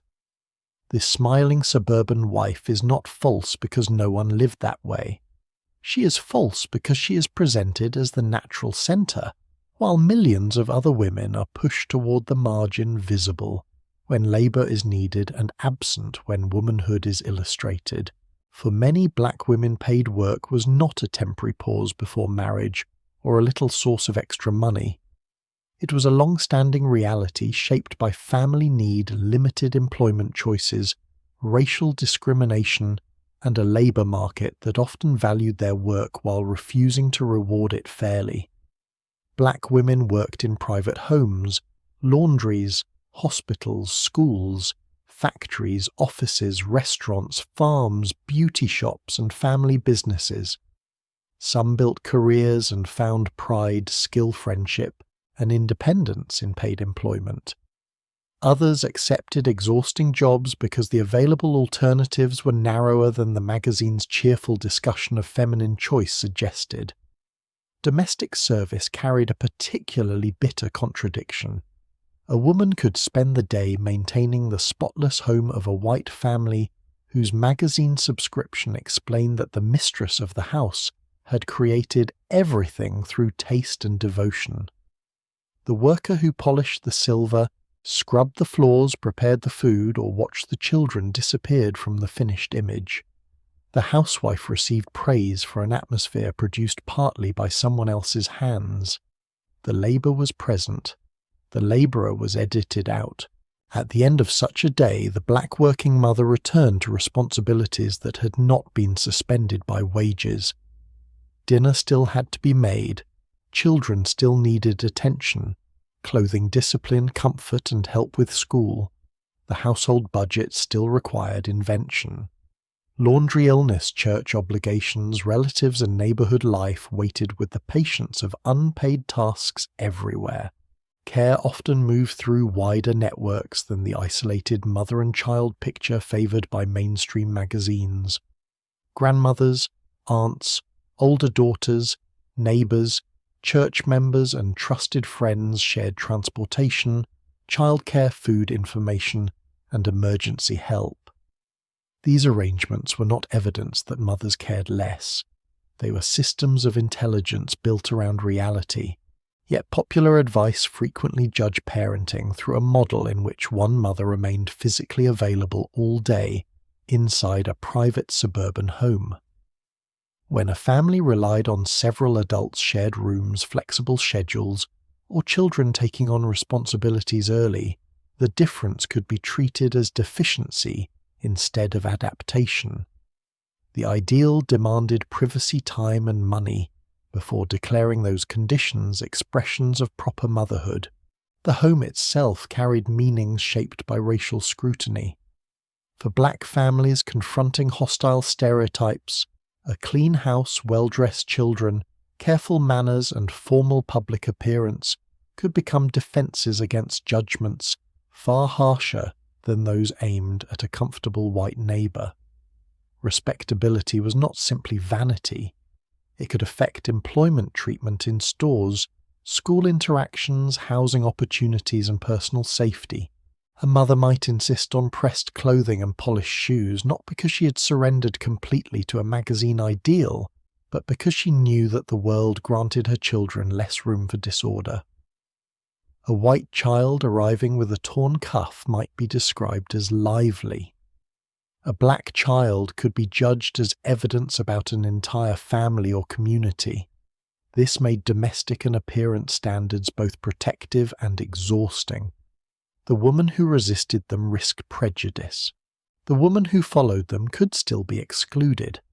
She was asked to prove respectability before entering places that had already decided to doubt her. The collar had to remain clean because the judgment waiting outside was not. Beauty pages created another distance between the declared universal woman and the actual readership. Mainstream magazines often centered white skin, white facial features, and hair textures compatible with styles presented as naturally feminine. Black women developed beauty practices through family knowledge, specialized products, salons, community traditions, and black-owned businesses that understood bodies and hair, ignored or misrepresented by the dominant market. The beauty salon could be more than a place of correction. It could offer entrepreneurship, conversation, political information, friendship, and a degree of independence within segregated economic life. Publications such as Ebony and Jet placed black faces, families, professionals, entertainers, consumers, and public concerns before readers who rarely saw themselves treated as central in mainstream domestic pages. These magazines also carried beauty standards, advertising aspiration, and commercial pressure of their own, but they widened the visible world. A black reader no longer had to translate every hairstyle, complexion, family photograph, and social assumption before deciding whether the page had anything to say to her. Recognition mattered even when recognition arrived with a product attached. Working-class white women, immigrant women, Latina women, Asian American women, Native women and rural women also lived at varying distances from the ideal household. A factory worker standing through an 8-hour shift did not return home eager to create a decorative dinner centerpiece. A farm woman might feed animals, preserve food, manage a garden, repair clothing, and help with seasonal labor before opening a magazine that described home life as though the most urgent problem was selecting a new lamp. A recent immigrant could encounter recipes and etiquette rules that treated unfamiliar middle-class habits as obvious American behavior. A woman living in a rented apartment could not knock down a wall, install a new kitchen plant, a suburban garden, or casually replace furniture. Families shared bedrooms, bathrooms, laundries, and transportation. They bought used goods, repaired appliances, altered clothing, and passed objects between relatives. The magazine often praised thrift while photographing a level of abundance that made thrift necessary only as a style. For working-class readers, it was survival conducted with arithmetic. Housing made these differences impossible to dismiss. The suburban home celebrated in post-war magazines did not become available through taste alone. It depended on wages, credit, construction, public policy, transportation, and access to neighborhoods. Discriminatory lending, restrictive practices, segregation, and local resistance prevented many black families from receiving the same opportunities available to white buyers. Even families with steady incomes could be denied homes financing or neighborhoods that would have increased in value and transferred wealth to the next generation. Magazines displayed the modern house as a reward for responsible consumption, making ownership appear like the natural result of choosing the right appliances and saving carefully. The woman excluded from that house could then be made to feel that she had failed to reach a standard built partly through her exclusion. No arrangement of coupons could solve a mortgage system that treated her differently. No household ledger could budget its way through a closed door. And yet it would be another distortion to describe these women only through what they lacked. Black women and working-class women created homes of beauty, humor, discipline, memory, and style without waiting for magazine approval. They preserved recipes decorated with ingenuity, organized churches and clubs, ran businesses, supported relatives, participated in labor and civil rights efforts, and created social worlds far more complex than the lonely suburban ideal allowed. A kitchen table could hold bills, children's homework, political discussion, hair care, church planning, and laughter in the same evening. Clothing was repaired not merely because money was scarce, but because skill had value. Food carried region migration, family faith, and survival. A crowded house could contain strain and companionship at once. Women who were excluded from the national picture did not live outside history. They were producing it while the camera remained pointed elsewhere. By 10 at night, a woman closes the magazine and places it beside a lamp in a home the decorating pages would not recognize. Perhaps the room is small, perhaps the sofa is covered to preserve it. The children share space and tomorrow's work clothes hang near the door. The magazine has offered recipes, stories, advice, and a vision of American comfort. It has also asked her to compare herself with a woman whose income, race, housing time, and social protection have been quietly built into the photograph. She may take what is useful and discard the rest. She may laugh at the impractical rooms, adapt a recipe, admire a dress, or feel the sting of being addressed as an exception inside her own country. The failure is not hers. It belongs to an ideal too narrow to recognize the women whose labor wages, care, and consumption help sustain the very prosperity it celebrated. The polished housewife did not appear naturally on the page. She had to be selected, styled, photographed, written, marketed, and repeated until one kind of life began to look universal. Behind her stood editors deciding what counted as womanhood, advertisers, deciding which anxieties could become sales, and researchers dividing female readers into useful consumer types. The woman left outside the image was still studied carefully when her purchasing power mattered.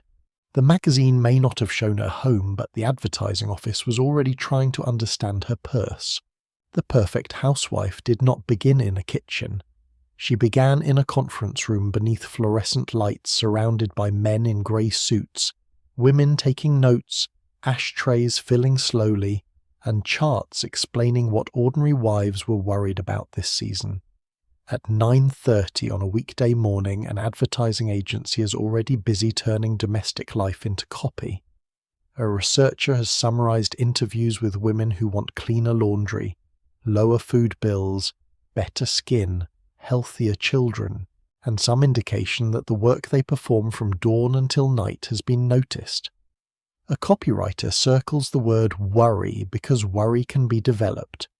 An art director studies photographs of kitchens and decides that the modern one should contain brighter enamel, fewer dirty dishes, and no visible evidence that a meal has ever been prepared there. The imagined consumer begins to take shape. She is married, attentive, ambitious for her family, careful with money, anxious about falling behind, and willing to purchase reassurance if it arrives in attractive packaging. She has not yet been given a face. She already has several problems.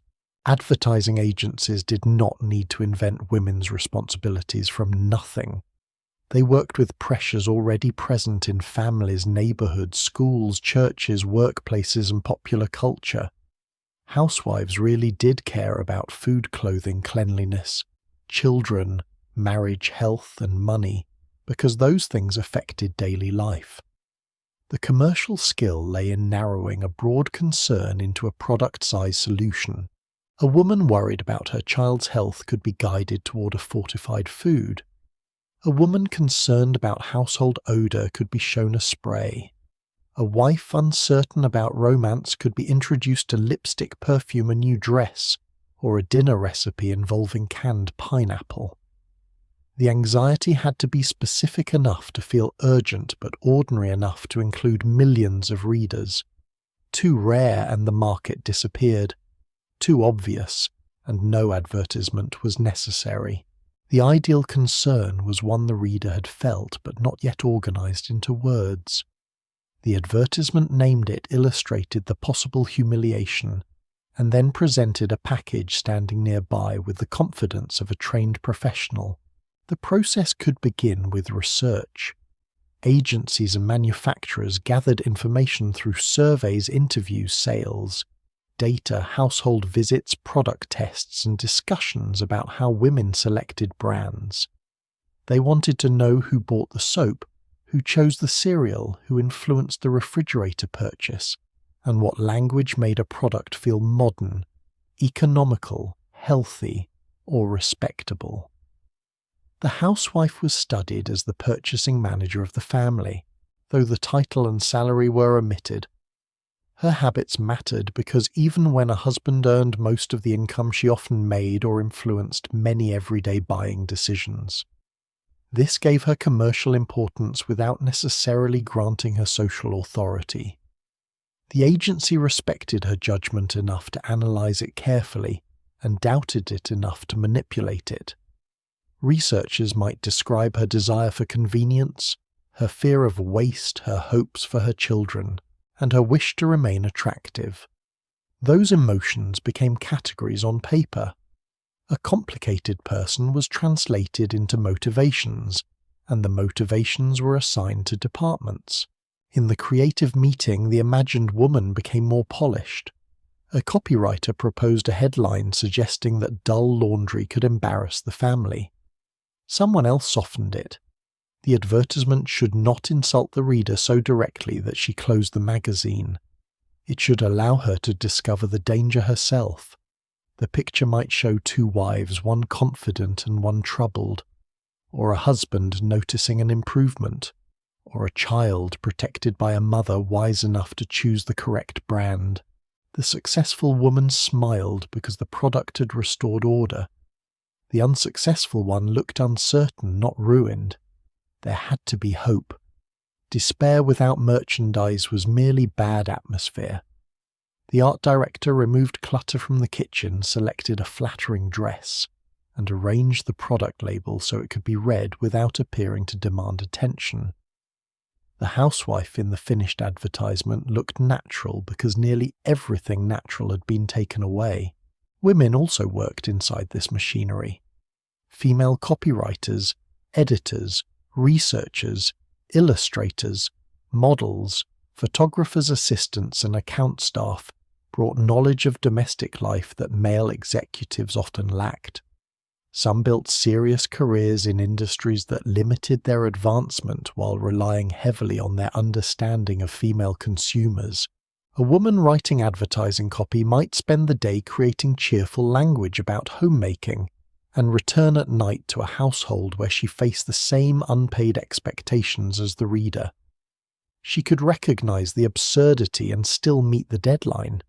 She might improve the accuracy of an advertisement, resist a particularly insulting idea, or use the accepted language of femininity to secure professional influence in a room where authority usually wore a tie. The system was not divided neatly between men inventing pressure and women receiving it. Women helped produce, revise, sell, and sometimes challenge the ideal. They were inside the factory and inside the market, which made the contradictions less visible and more human. Once the concept was approved, the domestic world had to be staged. A photographed kitchen might be constructed or carefully selected, then filled with spotless appliances, coordinated dishes, fresh flowers, and food prepared for the camera rather than the appetite. Clothing was pinned, hair was sprayed, smiles were repeated. A child was asked to hold still while appearing spontaneous, one of the more ambitious requests in commercial art. The model playing the housewife might have no children, no husband, and no interest in the product beyond the day's work. Her job was to embody the result. The advertisement removed the hours of labor and showed the moment after success, when the floor shone, the cake rose the husband approved, and the family gathered around the table without anyone asking why there were onions. The picture was not supposed to document life. It was supposed to make the product's promise visible. The difficulty arose when the reader compared a staged promise with a kitchen still containing breakfast. The ideal also had to remain slightly dissatisfied because complete satisfaction was commercially dangerous. A woman who believed her home, face, marriage, wardrobe, and children were entirely adequate had limited value to an industry selling improvement. The advertisement therefore balanced praise and correction. She was intelligent, so she would appreciate the new formula. Loving, so she would protect the family with it. Modern, so she would not cling to an older method. Economical, so she would recognize that the more expensive product saved money somehow. Attractive, though perhaps not quite as attractive as she could become by next month. The industry did not need her to feel like a total failure. A total failure might give up. It needed her to feel almost successful. Almost was the most profitable distance. The home was good, but the curtains could be brighter. The laundry was clean, but not brilliantly clean. The marriage was stable, but could use freshness. The woman was worthy, but improvement remained available in the next aisle. This manufactured figure travelled from the advertising office into the magazine and then into millions of private rooms. She appeared beside sinks, mirrors, stoves, cribs, closets, and household ledgers. Because she was repeated in so many contexts, she began to seem less like a sales device and more like a description of normal womanhood. The reader might know that one advertisement was exaggerated. She might laugh at another. But repetition performed a quieter kind of persuasion. Again and again, the successful wife looked composed, white, middle class, married, attractive, consumer-minded, and satisfied by domestic achievement. Other women appeared less often or in narrower roles. The page did not have to announce who belonged at the centre. It simply kept placing the same woman there until absence looked natural. By late afternoon, the agency meeting ends. The copy is revised, the photograph selected, and the campaign prepared for magazines that will carry it into homes across the country. The people in the conference room leave behind paper cups, cigarette smoke, rough sketches, and a woman who does not exist. She has no private history, no contradictory desires, no illness, no boredom, no inconvenient anger, and no need that cannot be matched with a product. She is assembled from market research, cultural assumptions, editorial taste, commercial pressure, and the sincere hopes of real women whose words have been converted into selling points. Once printed, she will look back at those women and appear to judge them. The strange thing is that the advertising office has not only sold a cleaner appliance, food, or lipstick, it has helped manufacture the audience's understanding of what a successful life should feel like. That understanding will not remain stable forever. By the beginning of the 1960s, some women who had followed the instructions, bought the products, moved into the houses and arranged their days around the ideal, will begin asking why satisfaction has not arrived. A writer who had worked within the magazine world will gather those questions and give them a name powerful enough to disturb the entire picture. The perfect housewife has been manufactured. Soon someone will ask why so many real women feel trapped inside her. The problem did not suddenly appear in 1963. What appeared was a name large enough to make the problem visible. By then the magazine has been arriving for years, carrying recipes, beauty instructions, marriage advice, nursery guidance, decorating plans, and advertisements for appliances that promise to remove labour while quietly increasing the amount of domestic perfection expected. The children have grown older. The kitchen is better equipped. The family may own a second car, a television, a washing machine, and more packaged convenience than the woman at the breakfast table could have imagined a decade earlier. Yet at 2:15, on an ordinary afternoon, after the beds have been made and before the children return from school, she may stand in the quiet living room with the strange sensation that the day is both full and empty. Every hour has contained work. Almost none of it has created a future that clearly belongs to her. The rooms are comfortable. The marriage may be affectionate. The children are loved. Still, something presses against the polished surface. She cannot describe it without sounding ungrateful, selfish, immature, or vaguely defective. So she turns, the cushion wipes the table, and assumes the dissatisfaction must be another household problem she has failed to manage. Betty Friedan encountered versions of this dissatisfaction among women who had attended Smith College with her. When she surveyed members of her graduating class years after college, she found that many educated women whose lives had been organized around marriage, children, and suburban domesticity were struggling with questions the dominant culture had not prepared them to ask. Friedan expanded that inquiry through interviews, social research, and years of examining the messages directed at women.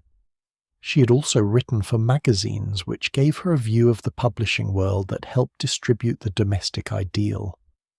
When The Feminine Mystique appeared in 1963, it argued that American culture had compressed women's identity into the roles of wife, mother, sexual partner, and household consumer, then treated dissatisfaction within those roles as a private failure. Friedan called the resulting unease the problem that has no name. The phrase was powerful because the problem had been present in thousands of rooms without an accepted vocabulary. Women had headaches, restlessness, irritability, loneliness, and the guilty suspicion that a good life should not feel so incomplete. The culture had many names for their symptoms. It had fewer for their lost ambitions. Imagine reading those words after years of instructions explaining how to improve yourself.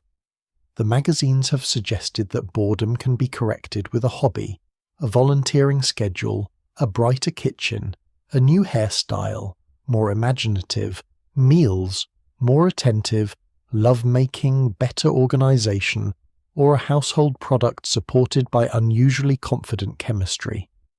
Each solution returns the woman to the same location with an improved technique. Friedan proposes something more unsettling. Perhaps the unease does not come from failing to perform the role properly. Perhaps the role has been presented as large enough to contain an entire person, when for many women it is not. Marriage can matter deeply without answering every intellectual need. Motherhood can be profound without replacing identity. A beautiful home can provide comfort without becoming a life's complete purpose. This does not mean the woman hates her family or regrets every domestic choice. It means that affection and confinement can occupy the same room. The distinction is almost embarrassingly simple once it has been stated. At the time, it disturbed an entire architecture of advice because it suggested the dissatisfied housewife might not need a better schedule, she might need a wider life. The argument struck directly at the feminine ideal promoted in many post-war magazines. Friedan examined how the independent, educated, socially engaged woman, visible in some earlier popular culture, had increasingly been replaced by a younger domestic figure whose fulfillment was located inside marriage, motherhood, sexuality, and consumption. The magazine heroine no longer needed a profession public ambition or intellectual project that could compete with the household. If she worked, the job was often a temporary setting before marriage or a problem to be resolved by the final page. The successful ending returned her to the proper emotional address. Advertisements reinforced the arrangement by giving her endless purchasing decisions through which to express love and competence.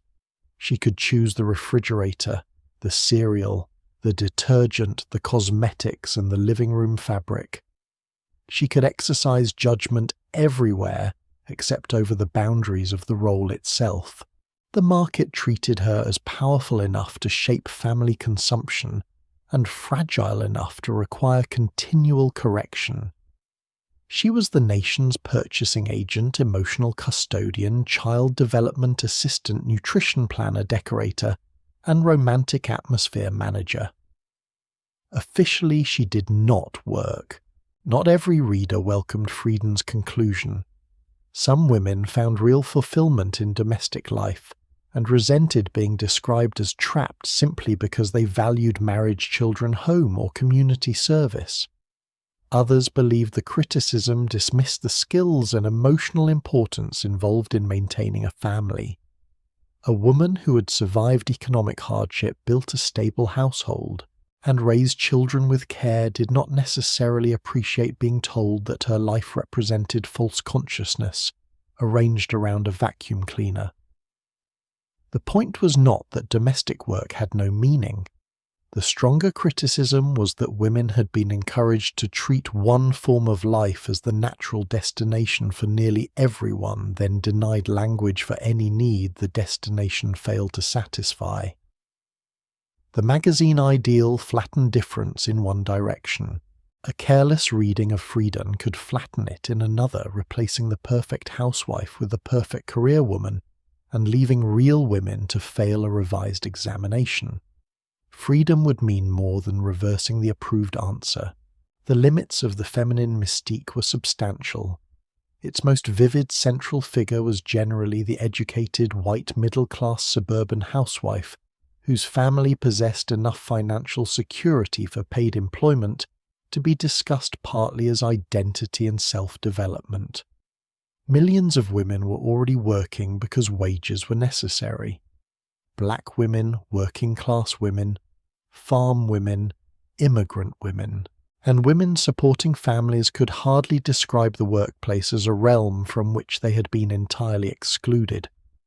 Their problem was often not simply access to work, but access to dignified, fairly paid work childcare, education housing, safety and freedom from racial and economic discrimination. The book did not adequately represent these lives. It also gave little useful space to women whose sexuality or family structures fell outside the heterosexual married ideal it was criticizing. The unnamed problem was real, but it was not the only unnamed problem in America, and the woman finally permitted to describe her confinement was still too often imagined as white, married, comfortable, and living behind a suburban front door.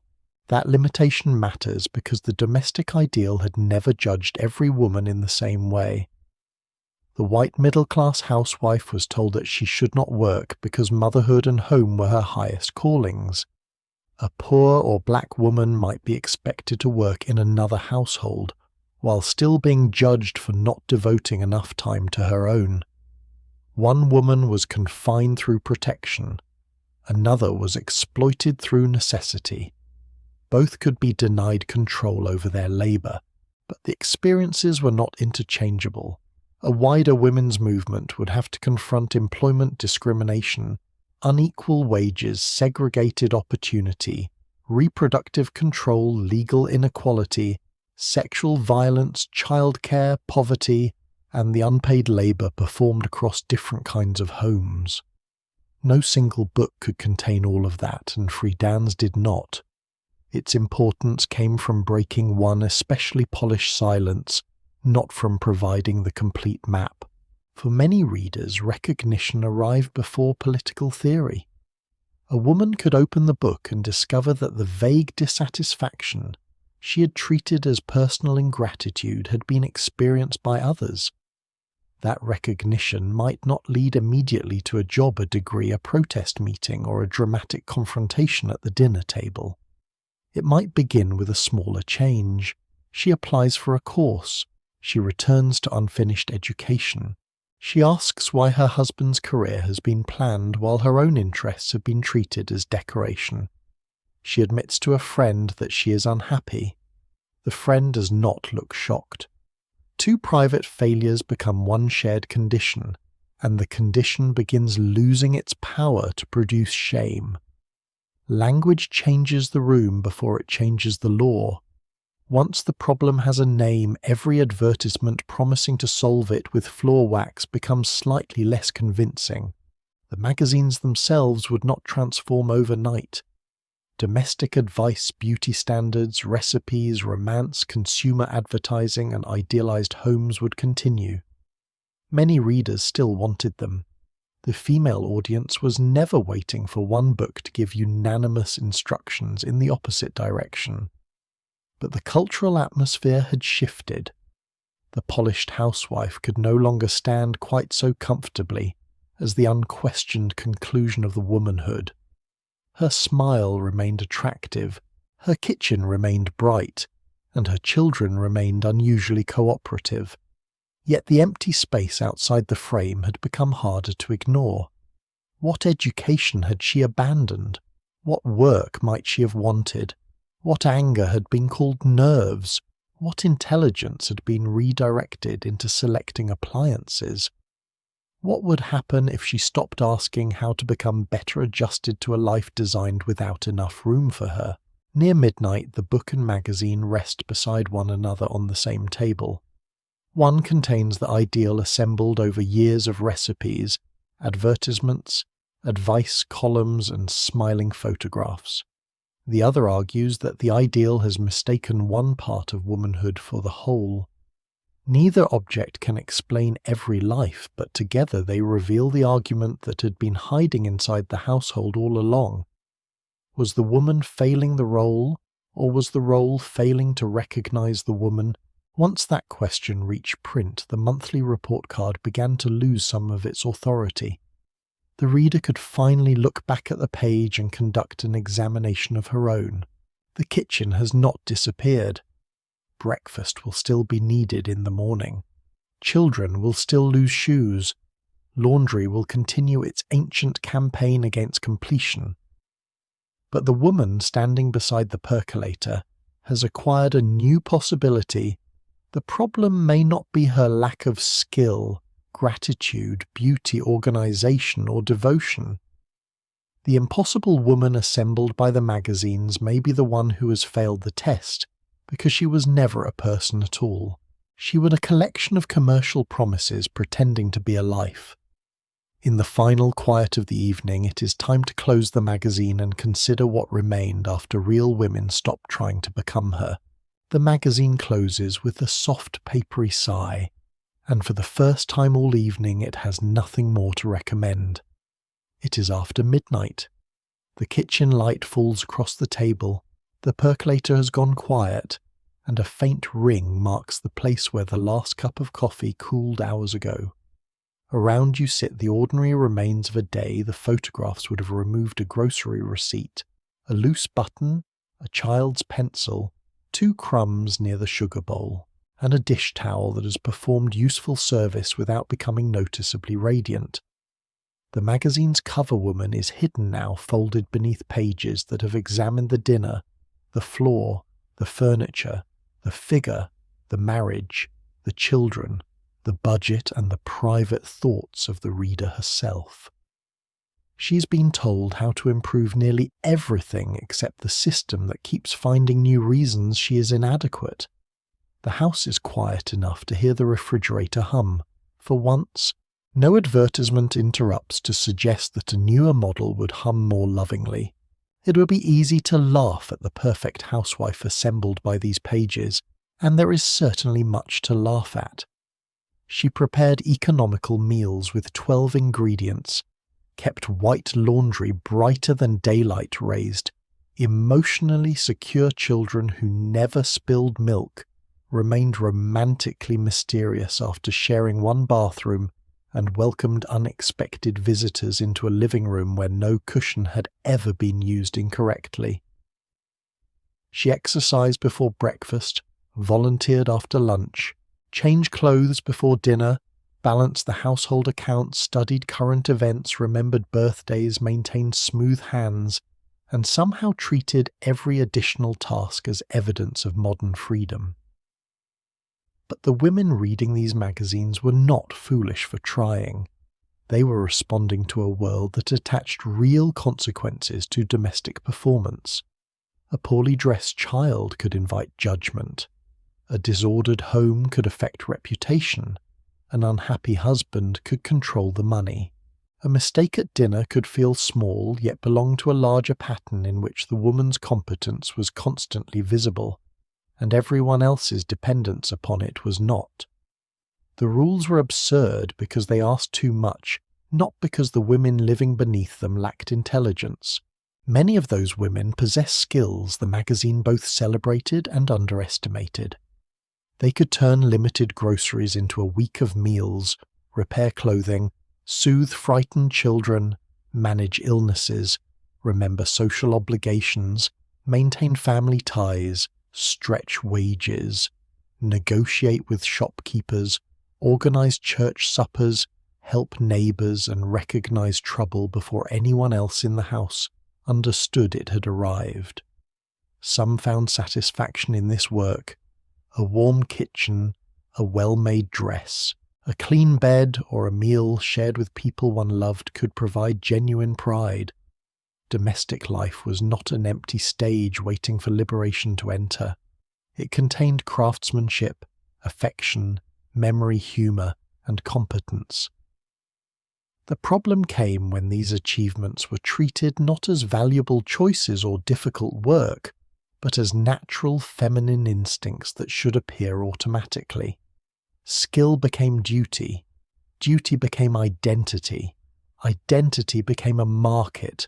The woman who succeeded received little acknowledgement because success looked normal. The woman who struggled received advice because struggle looked personal. The magazines themselves were not simple villains. They could break the isolation of a long afternoon. They brought fiction, public affairs, recipes, patterns, medical information, decorating ideas, letters from strangers, and glimpses of lives beyond the neighbourhood. A reader could place a magazine beside the ironing board and enter another world without leaving the room. She could save a recipe that became a family tradition, learn a sewing method, discover that another marriage was troubled, or find words for a worry she'd been unable to explain. She could also ignore entire sections, laugh at an impractical suggestion, question an expert, or use the advertisement's idea without buying the product. Readers were not blank pages. They argued, adapted, borrowed, refused, and made private judgments of their own. A woman might admire the cover dress and reject the marriage advice.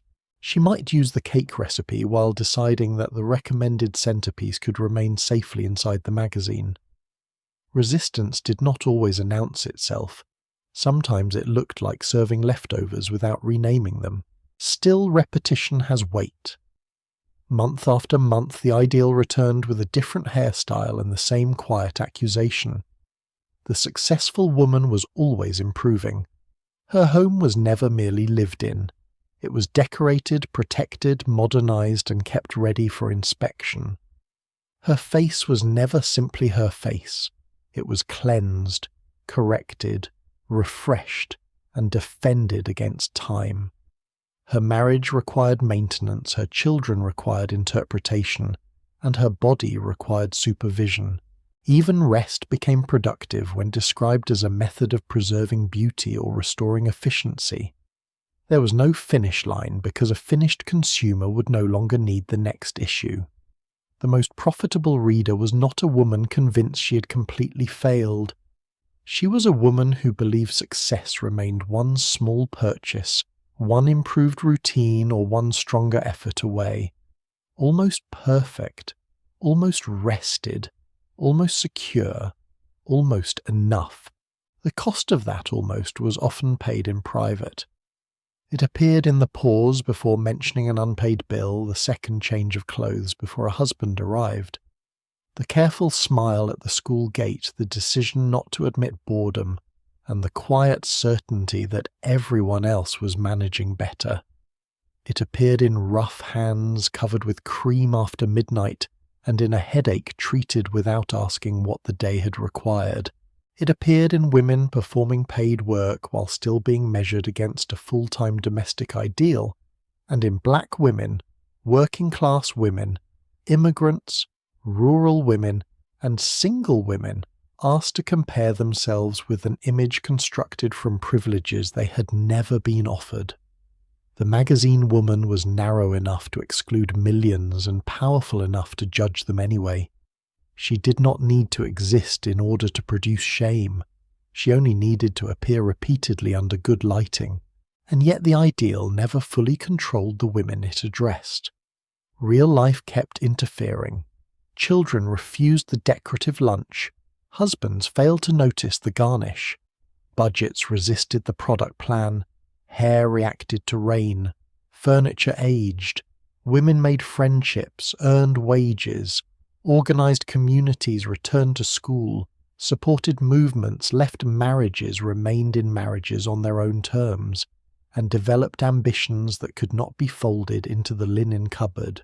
Some discovered language for dissatisfaction. Others never used public language but made quiet adjustments that widened their lives. They kept money aside, took classes read after everyone slept, found work protected, daughters from rules they had endured, or simply stopped polishing a surface nobody appreciated. Change did not always arrive as a dramatic rebellion. Sometimes it began when a woman looked at the page and decided that the page was mistaken. The old kitchen is fading now. The floral curtains disappear into darkness, the chrome toaster loses its shine, and the wall clock moves beyond the hour when any respectable advice column would permit you to remain awake. The magazine stays closed on the table. Inside it, the roast is still perfectly browned. The children are still clean. The husband is still grateful. And the cover woman is still smiling with the confidence of someone whose entire life has been arranged by an art department. Let her remain there tonight. She has worked very hard at never doing any visible work. The women who actually lived through these rooms were more complicated, more capable, more frustrated, and more interesting than the ideal created for them. They loved people and resented expectations. They took pride in homes and sometimes felt trapped inside them. They enjoyed beauty, food, fashion, and family without necessarily accepting every rule attached to those pleasures. Their lives cannot be reduced to either cheerful nostalgia or quiet misery. The comfort was real. The restriction was real. So were the intelligence, endurance, adaptation, and humor required to live between them. You do not need to solve that contradiction tonight. Let the refrigerator fall silent in the distance. Let the coffee cup remain unwashed until morning. Let the curtains hang without coordinating with anything. The house has survived. The family has survived. Even the slightly dull kitchen floor appears to be holding the nation together adequately. Close the magazine, turn off the light, and rest. For once there is nothing left to improve.